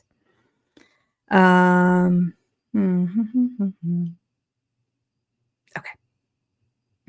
Harry and Meghan would stay with Kate and William at Anmer Hall on the, we have to keep saying this word, at the Sandringham estate, something like that. At every event, Meghan behaved and dressed impeccably. On Christmas Day, a larger crowd than usual watched the Fab Four smilingly walk together to the church. Universally, everyone assumed that the two families would establish a happy new dynasty for the next 40 years. I do remember that. I remember thinking, this is so cute. Like, here's their next generation. Here's the future royalty. These young, beautiful, relatable people. I don't know what made me think that princes were relatable, but at any rate, I felt Catherine was relatable because she would not always wear high-end designer clothing. She would find something off the rack at a place in London. And I like that about her. Okay. Holding hands. Of course, there's no other way she can walk other than to hold Harry's hand. Harry and Meghan waited for the Queen to arrive. After the service, Meghan curtsied nervously to the Queen. 3 years later, Harry would claim that despite appearances, there was a, quote, a lack of support and lack of understanding for Meghan. Boy, it sounds like they bent over backwards for this girl.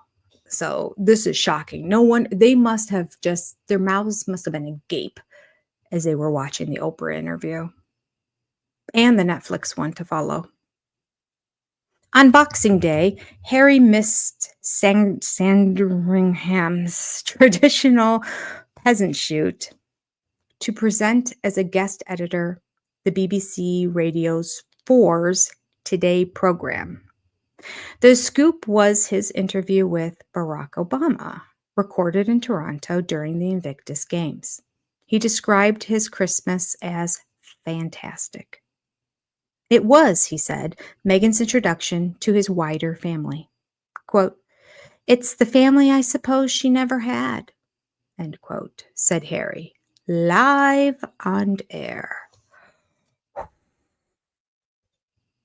That's a horrible thing to say, even if she was raised by crackheads. For him to say that about her family it blows me. Here's the family she never had. Stop. His comment may have seemed innocuous to his domestic audience, but his remarks sparked bewildered fury among the Markles. Understandably. During his wedding speech in Jamaica, Trevor Engelson had said exactly the same.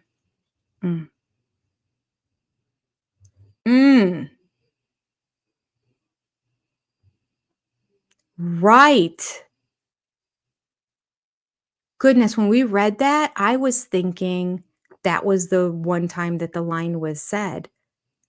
The exact same thing was said by Harry and her previous husband. What a wonderful time this is. I'm so happy that she gets the family she never had. I'm telling you, she's diabolical. Thomas Markle could not imagine how Meghan described her childhood to Harry. Was it as an abandoned orphan, desperate for rescue? Thomas was hurt. He had made huge efforts to provide Meghan with a loving home. Even after his divorce from Doria, she had been invited to their Christmas Day celebrations. Samantha Markle was adamant that Meghan had 2 very happy homes before she went to college. In a Twitter post, I like that, as opposed to her not having a loving and supportive family, she had 2 to go to. In a Twitter post to Harry, she warned, quote, if she will treat our family this way, she'll treat your family this way, end quote. And you know what? Before she got married, if I would have read that, I wouldn't have believed it. I would have been like, no. Even if I would have thought she was kind of as diabolical and evil as she is, I would think, but this is the prize. She's not going to do them dirty. She's not going to do anything wrong. She is always going to be on her best behavior because that way she wins and everybody loves her, which is fine. Put on the facade for everyone. Think what you want inside your head. She can't help but to speak it out. Just like Cody Brown. Can't keep it in their heads. Feel entitled to speak everything that comes through between their 2 ears. Okay. Thomas. Okay. Okay. Their anger with Meghan was cut short by the arrest of Tom Jr. after a drunken brawl with his fiancée in Oregon. Tom Jr. is a hot mess. I can understand why she wanted to separate herself from him. I do. I don't even really get the Samantha part. I feel like Samantha's reactions are just that. They're reactionary. They're defensive in response to the things that Meghan has said and done. She might not be the best person in the world, don't get me wrong. This is just a little bit that I've seen of her. But the brother, he's okay. Although Tom had put a gun to Darlene's head, he was released. And instead, she was jailed. That was great. Gotta love the criminal justice system. The circus once again highlighted Meghan's conundrum. She wanted her problem family cut out of the narrative. See, this is the problem. This is what she doesn't get. As opposed to going and trying to solve the problem, maybe even throw money at the problem. That didn't happen. She couldn't get an NDA. Of course, they would have taken the money and blown it. And then if she would have tried to sue them, there would have been nothing there. So that would have been worthless. But like my original thought was, how about going and making amends with everybody? How about being friendly? And then when they want to go to certain things and you don't want them around, just explain it's not going to work out. But let's get together at Thanksgiving or something, like there is a way to work around these people without her completely cutting off and being rude and mean. She doesn't have social skills. She doesn't have good communication skills because she can't relate and empathize with people. Moving on. Like other Markles, Tom Jr. expected an invitation to the wedding. Of course, it's her brother.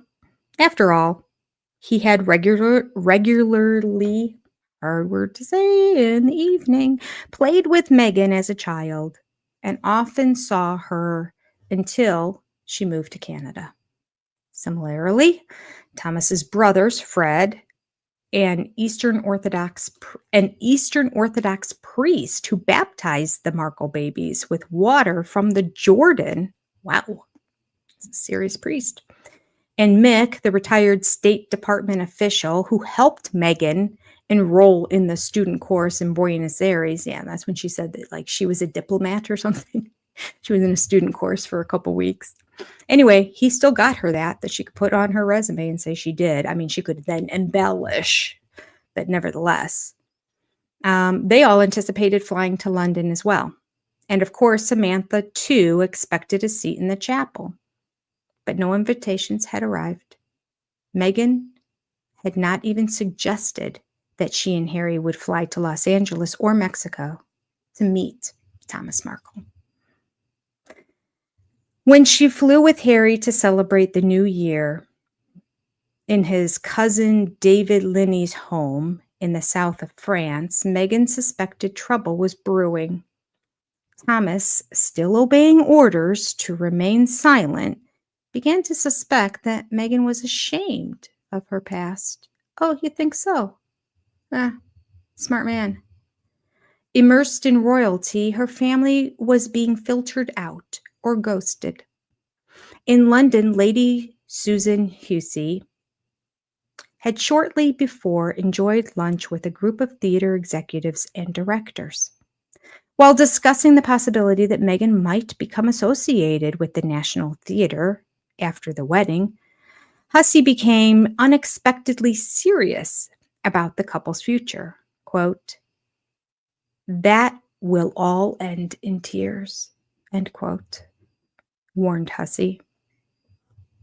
She went on, "Mark my words." One more chapter. Aggravation. If that wasn't aggravating enough, we have a whole chapter just titled Aggravation. Oh gosh. Yeah, Wendy, good point. It is just right in front of me. I'm sure you all have good points in there. It's just there's a lot to read, so I want to get through it. Embarrassed by her extremely privileged life. What would she have done if raised by normal? Right. Unbelievable. Mm-hmm. Unbelievable. What does this mean? Oh, look at this. Oh, got a new little beta testing button there. So sorry, that may have been there for a week or two and I didn't even pay attention. Now you can see your comments right on the screen. All right, so start typing away. It's going to show up. I wonder how high it goes. Probably about here. Maybe it goes all the way up. I don't know. We'll see. All right. Aggravation, Chapter 20. Meghan's last appearance in Suits was the perfect springboard for the continuation of her tour across Britain, which had been arranged by Kensington Palace. Can you imagine 6 months just touring all of Britain? What a joy. She ate the best foods. She went to the best places. She learned all about the culture. Like, what a great way to get introduced into the family. Amazing. She was so blessed. She has no idea. So blessed. And she's just pooped on it. Okay. Mobbed in the city centers of Cardiff and Birmingham, Meghan arrived in Belfast. After seeing an exhibition about the Peace Initiative in Lisburn, her spokesman said she had, quote, praised the warmth of the Belfast people, end quote. Those accompanying Meghan were struck by her clear lack of interest in the island's history, which was strange considering her strong friendship with John Fitzpatrick. By the time she reached Edinburgh, she was distinctly unroyal. Instead of keeping her distance, she autographed a book, agreed to selfies, and with Harry's encouragement, allowed the public to hug her. Some complained that she was playing to the cameras, giving distinctly unroyal high fives, wearing inappropriate clothes, and walking in front of Harry. Yeah, these are all simple things to fix, so it's true. She was just giving a big middle finger to the royal family. Mm-hmm. In gluttonous actress mode, she was acting herself in some future episode of TV's The Crown, commented Jan Moir in the Daily Mail. Where is all this going? Too many layers of custard compassion is all going to make us feel a little bit sick. Oh, that's interesting. Moore's criticism coincided with Ninnicky Pretty's sale of more memories to the same newspaper. In Meghan's opinion, she was being maliciously depicted by her discarded friend as a conniving social climber who had her sights on snagging a prince ever since she was in high school, end quote. Pretty's assessment was about to be shared by another of Meghan's friends. Mm-hmm. The highlight of Meghan's trip to Edinburgh was a visit to Social Bites, a center to help the homeless, managed by Josh Littlejohn. By coincidence, Littlejohn was also a client of Gina's. At Littlejohn's suggestion, she was included in the 20 people awaiting Harry and Meghan in the center. Oh, she gets to see her old agent who she fired. It's fun. Before they arrived, the 20 were divided into two groups, one to meet each of the couple. I used to work with Meghan, Gina told the palace official. I'd like to meet her again. No problem, he replied, directing her to Meghan's group. 15 minutes later, as the crowd outside roared their welcome to the arriving couple, the palace official pulled Gina aside. Sorry, you're in the wrong group. We made a mistake. Please move over to Harry's group. made that happen? What do you think? The couple entered and split up. I used to work with Meghan, Gina told Harry directly. Did she make me go to your group? Harry didn't reply. Moments later, Meghan looked away from Gina. In disbelief, she walked toward Meghan. With obvious embarrassment, a palace official body blocked her. I realized I was of no value to her anymore, lamented Gina. I realized she only surrounds herself with people who can elevate her. Meghan has a way of closing the door on the past. End quote. Gosh, poor Gina. Meghan had ignored a cardinal royal rule: avoid offending anyone. In Kensington Palace, Meghan's staff reluctantly admitted a problem. Meghan, they realized, did not understand one reality. She was the center of attention, listened to with respect and even admiration, simply because she was marrying Harry. Insensitive to their message delivered in the politest of terms, quote, I just wonder whether you might consider... She spoke with certainty, implying they assumed that she had little to learn. Harry did not understand that his fiancée was confusing being famous with being a royal. Hollywood celebrities boosted their sponsorship opportunities, film ratings, and Instagram followers by small acts, banishing President Trump at the Oscars, kneeling during the national anthem, or setting up charities that benefited themselves more than the cause. That sounds pretty American right here. Spot on. By contrast, royals survived and prospered by casting a light on others' achievements rather than their own, celebrating national occasions, championing their country abroad. What a novel thought. And providing comfort to others during tragedies. The royal world is expected to be one of altruism, history, tradition, and low-key patronage for no personal gain. This is not the American way, sadly, at least in the past decade. Hence the despair which arose after reports of the vulgar antics of Prince Charles and Andrew. Despite long conversations with her staff, Meghan did not want to grasp that the palace's operations were low budget and ultra cautious. Royals were present to open events, smile, and encourage, not to promote themselves.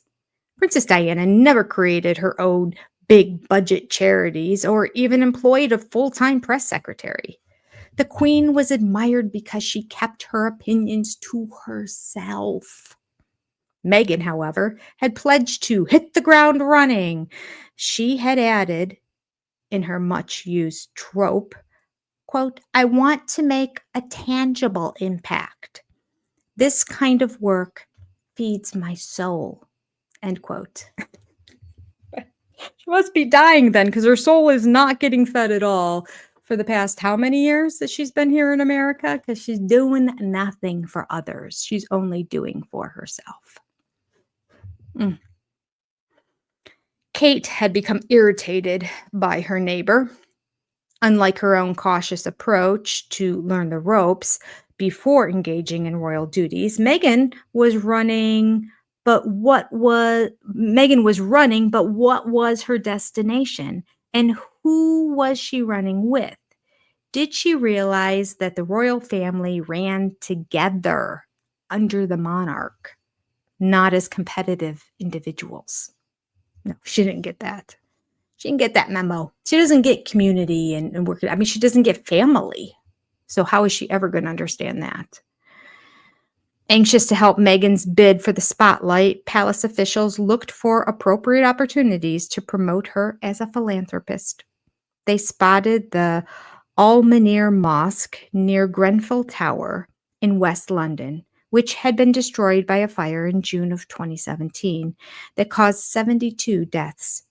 An international group of women survivors had established the Hub Community Kitchen to cook their own local specialties twice a week for the fellow displaced. Capitalizing on Meghan's interest in food and to enhance her reputation as an activist, the palace organized a visit. Later, it released photos of Meghan wearing an apron, washing rice, tasting the food, and stacking dishes. Immediately, I felt connected to this community kitchen, she later wrote. It is a place for women to laugh, grieve, cry, and cook together. It does sound like a nice thing. I don't know how sincere Meghan going and doing a photo op there was, but I like the idea of the center. I like that they were keeping their community together. The more important step was the preparations to appoint Meghan as vice president of the Commonwealth Trust. Ooh, trust? Does that mean money? Wait. Well, let me read on. A voluntary international organization of 54 countries inspired by the Queen's dedication to multiracialism. It was perfect for her. Perfect for her. Well, she should be doing this right now, is what Meghan should be working with. I mean, the Commonwealth, aren't there multiple countries that are of different races? And there has not been an even biracial person in the royal family this entire time. So finally there's somebody, and she hightails it out of there and moves to the country that is not multiracial. Well, I mean, it's kind of multiracial. It's predominantly white, though. Opportunity lost.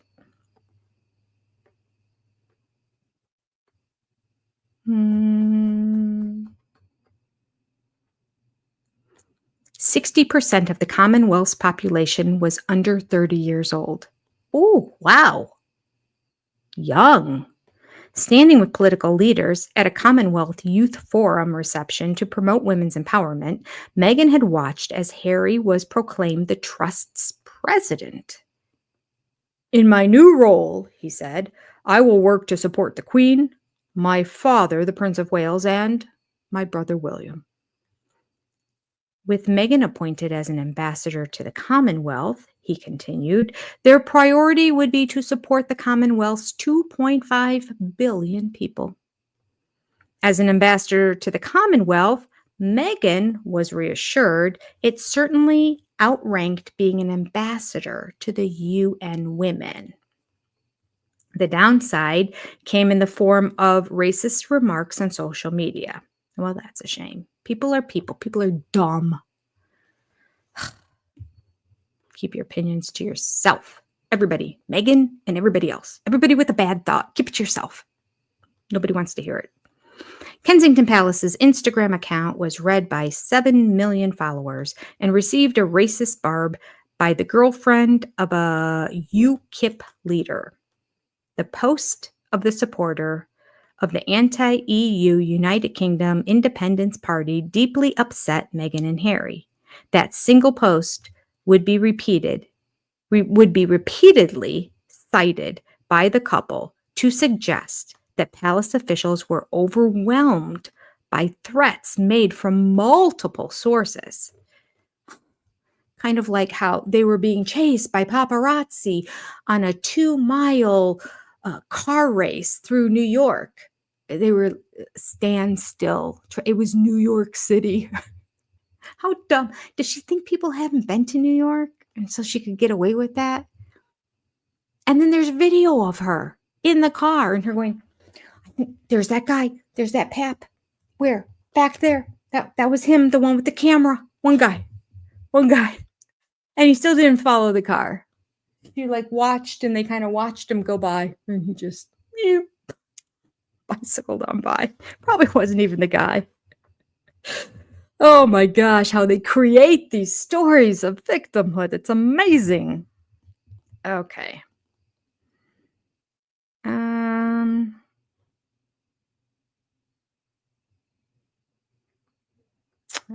Officials were overwhelmed by threats made by multiple sources. The officials replied that they were overwhelmed by demands from Harry and Meghan to remove any criticism rather than a few threats on social media. Yeah, they were being bombarded and overwhelmed anyway, but it was by Harry and Meghan to take away anything that was possibly negative before going to print. Throughout those weeks, Meghan was hectically directing the wedding plans. Inevitably, there was tension. The wisest realized that much depended on the relationship between Meghan and Kate. Their stark differences could not be easily bridged or concealed. To avoid the daily comparison between their accommodation in Kensington Palace, Meghan decided she needed an alternative home. She wanted to escape from Kensington Palace. Of course, that's what she does. She doesn't like something, she gets uncomfortable, she runs and leaves. A substitute for California's beaches was found near Soho Farmhouse, a private club in Shipping Norton in Oxfordshire. She found the perfect place. I'm surprised she just didn't say, I'm going to be living in the south of France. Is that part of the Commonwealth? In early 2018, Harry rented a converted Cotswold barn on the Great Two estate. In that setting, Meghan could entertain her American friends and invite Harry's crowd. The only group missing were Meghan's British friends. There were very few of them. It was becoming less and less American ones as well. In order to counter any suggestions that Meghan had not been welcomed fully into the royal family, her reintroduction to the public was staged on the 28th of February 2018, 3 months before the wedding. Pulling every lever, Samantha Cohen and Jason Kanoff encouraged the media to elevate the unveiling of the Fab Four as joint patrons for the Royal Foundation. Okay? I should be calling him Jason Knopf because I'm sure that K is silent. I don't know why I keep saying Knopf. My dad used to always call a knife a kniff. And maybe that. The foundation enjoyed special status. As the focal point for William, Kate, and Harry's philanthropic work, the foundation emphasized help for mental health sufferers. The three royals were patrons of the foundation and limited influence on its direct activities. That power was exercised by the foundation's executives, an unimpressive group criticized for ineptly moving the royals around like chess pieces. While William, Kate, and Harry had become accustomed to their motley behavior, Meghan's arrival as a natural recruit for the foundation's philanthropic work disturbed the rhythm of the executives' habits. Her feminism also upset their ingrained conservatism. Right now, enthused Meghan to the audience, with so many campaigns like Me Too and Time's Up, there's no better time to continue to shine a light on women feeling empowered and people supporting them. What does that even mean? What does that look like? She just says words. So somebody do it, but I will throw my name on it. And just say a bunch of words that now is the time. Now is the time to step forward together as one voice, collectively in womanhood. There you go. I could be Meghan.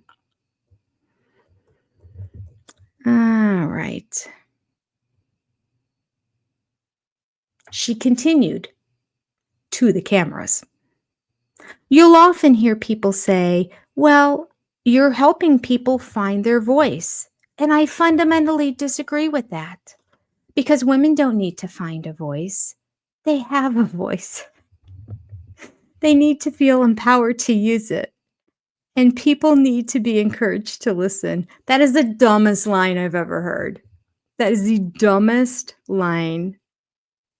You're helping people find their voice. Okay, This is literally like an expression to help people find their voice, to encourage them to speak up, to encourage them to share what they're thinking and their thoughts and not stay inside. Fundamentally, because women don't need to find a voice. They have a voice. I know they have a voice. They know they have a voice. It's just words. She's just trying to sound, yes, smart. I don't know. They need to feel empowered to use it. That's what it means to find your voice, Meghan Markle. That's exactly what it means. They don't need to find. It's raining cats and dogs outside. Oh, but no, it is not raining cats and dogs. It is raining hard outside. People need to understand that the cats and the dogs are not falling out of the sky. They're okay. So I'm going to have an organization to support animals, specifically cats and dogs, because this phrase, it's raining cats and dogs, has become something that is spoken out of mouths, out of many people across many states, across the country, across the world. I've heard it. It must be stopped. Save the pets. I'm sorry, I'll move on. They need to feel empowered to use their voice. They don't need to find their voice. They have one. Figure speech, figurative language. Ignoring Kate's frozen expression, Meghan spoke about inclusivity and diversity. Oh, good, controversial topics. She spoke with conviction about her virtuous thoughts to end universal injustice and of her protests about the number of scenes in suits that required her to emerge from a shower wearing a towel. Oh, stop.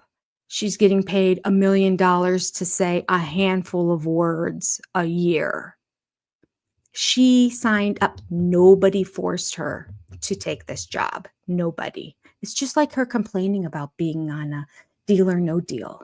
I felt so objectified just standing there, people looking at me. That's the gig. If you would have been wearing torn clothes with food stains on them, it would not make good television.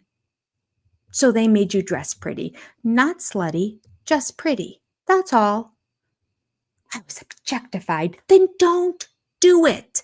I'm sure it was a job that many starving artists and starving actors in Hollywood would have loved to have had. And I'm sure she got paid handsomely to just stand there and smile and open a case. If the number was even called. She's something else. She is something else. Now we're going to complain that she was objectified in her role. You know, I guarantee you that if she said, I refuse, actually, I think she said once that she told them she didn't want to always be, I feel like I heard that. Like, and I'm talking about in the past, like back around 2018, 2019, when she was, maybe I'm wrong. I'm sorry. She's got me worked up. Aggravation. The name of this chapter is Aggravation.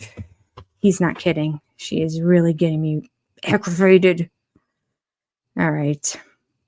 So in this forum on this stage with all these people, she is now talking about her conviction, about her virtuous thoughts to end universal injustice.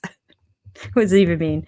She has virtuous thoughts. Thoughts. That's it. That's as far as it goes, to end universal injustice. Don't we all? Like, the majority of the world is out there hoping that we all have injustices. Everybody wants to end injustices. She thinks she's special because she says she wants to do good. Now, we don't see her actually doing good. We don't see her serving in any capacity or volunteering in any way, but she says she wants to end injustice. Slow clap. Way to go, Meghan. Sorry, there's too many side. I'm on a roll today. Okay. She posed as a trailblazer, fighting for what she believed as, quote, the feminist princess of our dreams, end quote, who boldly pronounced Harry to be a feminist. Oh, Harry's a feminist now, too? That's great. No, he's not. He's a royal. I mean, he could be, which is all fine and good, and he can do things on the side, but not as a working royal, because his job calls for him to be neutral. That's what his job does. And quite frankly, the fact that you had to wear a matching dress on Deal or No Deal, and the fact you had to walk out in a towel, and quite frankly, a towel covers a lot more than if you're even wearing a bathing suit. Truth be told, a lot more. She comes out in a towel. That is what the script calls for. You don't like it, you leave. That's fine. If you're a doctor or an aide in a nursing home and you don't want to wear the scrubs, you can find another job. Bye-bye. My husband's a school teacher. He must wear a tie every day to work. It's part of the uniform. Once a month, if they give money to donate to whatever charity it is for the month, they can dress down, wear jeans or track pants, and like a collared school embroidered name shirt. He's been doing it for 30 years. Doesn't complain because that's what's required. And guess what? He is not getting paid $1 million a year. Not even close. I am moving on. Ooh, she makes me angry. The audience's reaction was mixed. Many of the young were impressed. Of course, they were. Anyone that was 30 or under. But to many other women in Britain, to many others, women in Britain did not appear to be silenced. We're not silenced in America either, quite frankly. Land of the free, home of the brave, freedom of speech. It's in our Constitution. Indeed, the monarch, the prime minister, the president of the Supreme Court, and many senior civil servants, industrialists, and media editors were women. Moreover, Meghan was only sitting on the platform, as she later liked to say, as a mother, a feminist, and an advocate, because of Harry. Not because of anything she did or said or who she is. She's there because of Harry. Marriage would make her rich and titled, but not famous because of any personal achievement. She was piloting an unscripted storyline way beyond Rachel Zane's scope. While Meghan spoke, there's part of me that there's so many references to Rachel Zane. There's like a small part of me that wants to watch Suits just so that I get an understanding of who this character really is. But I feel like because it was like 8 seasons or something, you'd really have to watch multiple seasons to truly understand who she is. And so I'm not watching any of it. Okay. While Meghan spoke, Harry spotted William's rictus grin. Rictus. I gotta see what kind of grin that was. Again, God, this man makes me feel so stupid. I don't know if it's British terminologies or if it's just he's so much more brilliant than I am. A fixed grimace or grin. Okay.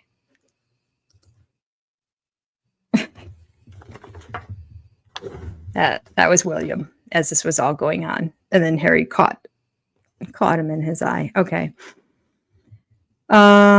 Okay.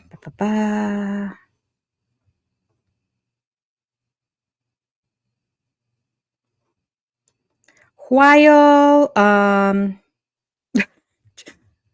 the blue just all of a sudden shot up at me. God bless you, Jenny, for keeping a straight face.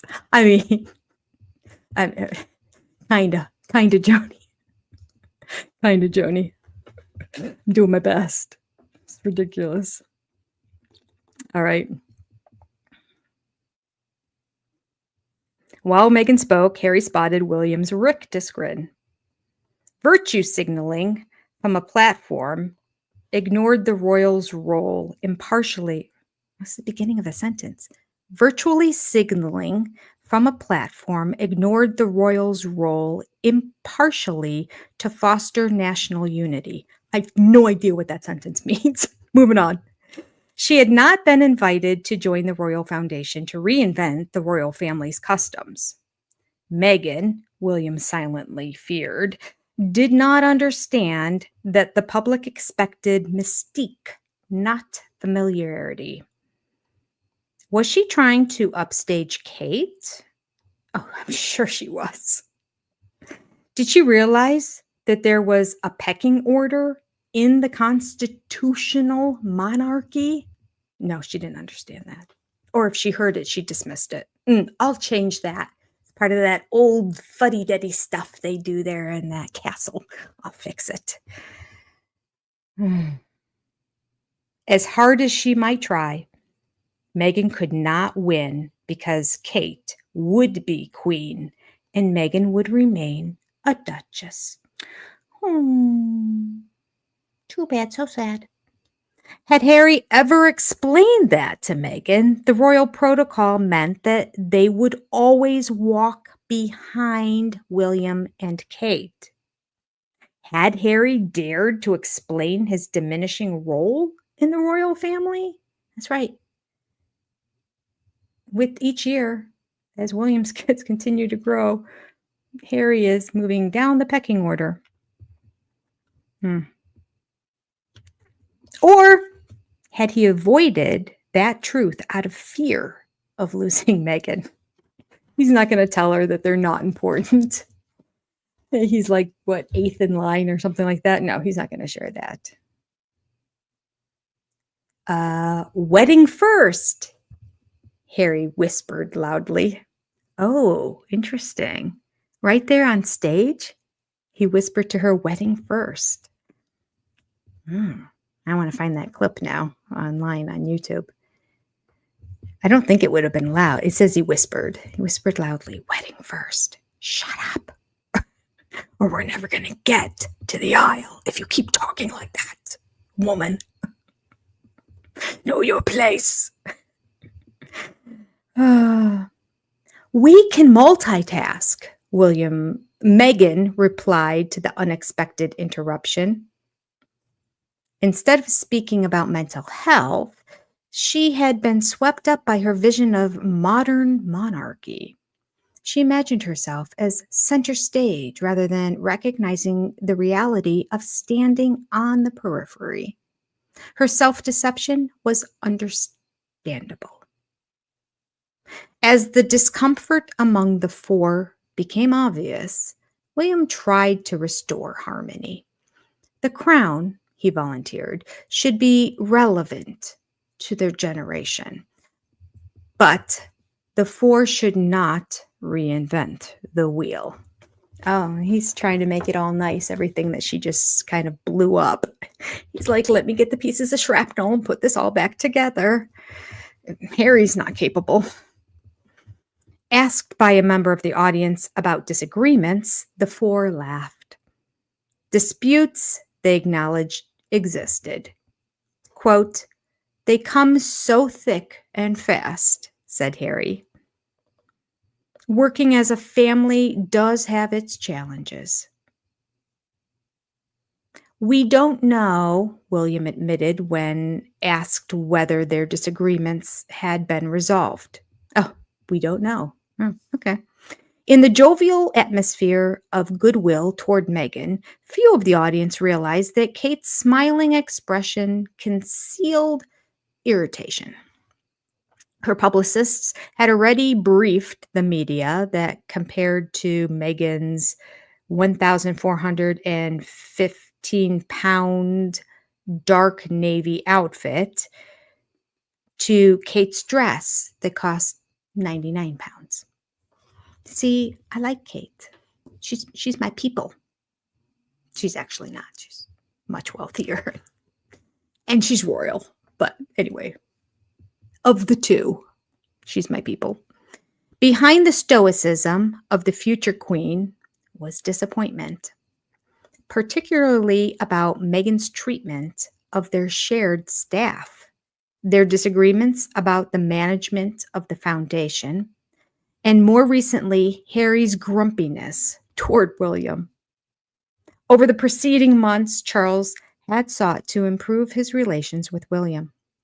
The heir was fearful of a crisis when the Queen died. Understandable. One possible consequence of the national trauma after the beloved monarch's death would be the nature of his coronation. The organizers had not yet finalized the size, pomp, and duration of the ceremony. The religious tone was undecided. Among Charles's other concerns was securing William's agreement that Camilla be crowned as queen. To capture his eldest son's support for easing the difficult transition, Charles assigned more public duties to William and Kate. Well, that's interesting. To get him on his good side, he gave him more work. I guess that's a feather in your cap if you're royal. Not if you're Meghan. She wanted to do as little as possible. They would represent the modern faces of Britain's best values. Everything depended on skillfully managing the transition from the Queen's reign. Orchestrating. We're almost done here, people. We're almost done. It's final section, final paragraph, big paragraph, final paragraph. Orchestrating the changing of the guard at the palace is usually executed with military precision. The department of Christopher Guyt was an exception. Just before Guyt's farewell party in Buckingham Palace in early of March 2018, Charles had been present nearby at St. James Palace to witness Meghan's baptism by the Archbishop of Canterbury. Oh, she got baptized. Did anybody know that? I don't remember hearing that at all. But Charles and they are the head of the church. It's hard to be that when, the family is. Which, by the way, I said the head of the Catholic Church at one point. It's not the Catholic Church, it's the Protestant Church. Okay. Live and learn. It was so ornate and all that. It felt Catholic-y to me. It felt like a Catholic church, right? They have another name besides church? I think they still call them churches. Okay. Anyway, I was wrong. Now I know. Charles and his brother Andrew refused the invitation to pay respect to Guyt. They boycotted the party. The tension could not be concealed. Mark Leishman, Charles's private secretary, had also resigned. And just before the party, the Queen hosted a ceremony to award Guyt his third knighthood in 6 years. Edward Young, Guyt's successor, would be challenged to manage the growing and inevitable crisis within the family. Few had confidence he could rise to the task. Boy, we really just shifted. For the very last paragraph, we just shifted gears and are going back and talking about this guy that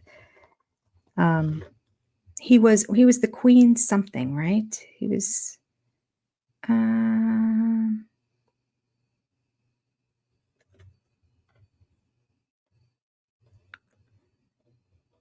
it doesn't reiterate. We're supposed to remember. If anybody remembers, you can put it in the chat who this Geist guy is. But he was, I think, somebody with Charles, and then eventually went over to the Queen and was with the Queen for a very long time. And I think there was some resentment by Charles because he didn't want him to go to the Queen. Is that right? I'm just going to say butler, but I don't know all the titles of all the different servants and positions there. And then he retired. So I can't remember why Charles and Andrew would refuse to go pay respect. Did he die? No, he didn't die. It was his farewell party. Okay. All right. The tension could not be concealed. Mark Leishman, Charles's private secretary, had also resigned. I don't know why. I don't remember. And just before the party, the Queen hosted a ceremony to award Guyt his third knighthood in 6 years. Edward Young, knight's successor, would be it was a challenging thing, but few had confidence that he was going to rise to the task. I feel like we read this already, and that he did have a difficult time rising to the task. None of this was visible to the public as the Queen led her family into the Commonwealth Day service at Westminster Abbey 12 days later, on the 12th of March. Only a handful of insiders noticed Meghan's irritation that she walked, as hierarchy stipulated, behind Kate rather than as her equal. Go. That's it. We are going to start with the chapter titled Tears next time. Wow. Wow, wow, wow. I completely understand how the Queen was probably just, her head was spinning, because she lived through the whole Diana thing, and Diana was the first one that kind of like broke reign and divorced and, you know, did all the things you weren't supposed to do. I mean, I love Diana, and I think everybody loved Diana, and then that was a problem for the Queen too, because Diana was more popular than the Queen. Do you remember there was like some time that it was a meet and greet or something out there, and everybody kept calling for Diana, and the Queen was like, anybody want to shake my hand? What am I, chopped liver? So, all right.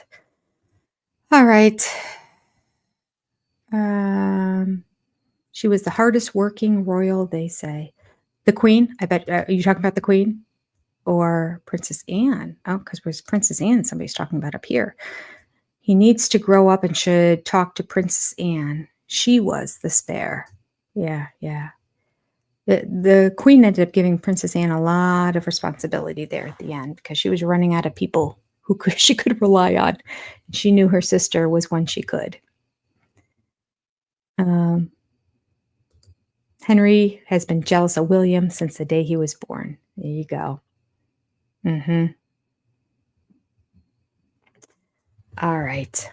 Well, this was 2.5 hours. My apologies to those who are in another country and might be watching live. I know it's late. Oh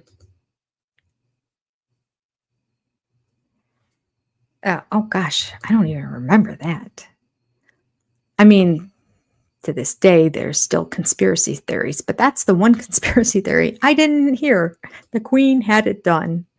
Okay, that was good. I will see you all now tomorrow. Anybody who also follows Sister Wives, if you happen to be in the SOS exclusive group, I'm going to do more of the reading through the book, so that within a week we can get through the whole book. So we're going to do some more of that tomorrow. And then on Friday, on the other channel, no, on this channel I'm on. I don't even know what channel I'm on. Friday, we will do our 4th and final episode of 3 Wives, 1 Husband. Saturday afternoon, back to this. Sunday evening, back to this. Again, that's the SOS exclusive tier of membership. Monday, we're going to do this, and that will wrap it up. We'll be done at the end of Monday reading the book. And then Tuesday, we're going to be discussing more of it, things that came out of the book that she talked about. So we will have had the whole book read by then, or I will at least have had the whole book. I know many people are done, but I will have had the book completely read by then, and then we can talk about it on Tuesday. And then next Wednesday, back here. Oh my gosh, that's every day of the week. I love you people. Good night, everyone. And I will see you someday in the next week. Come join back. Goodbye.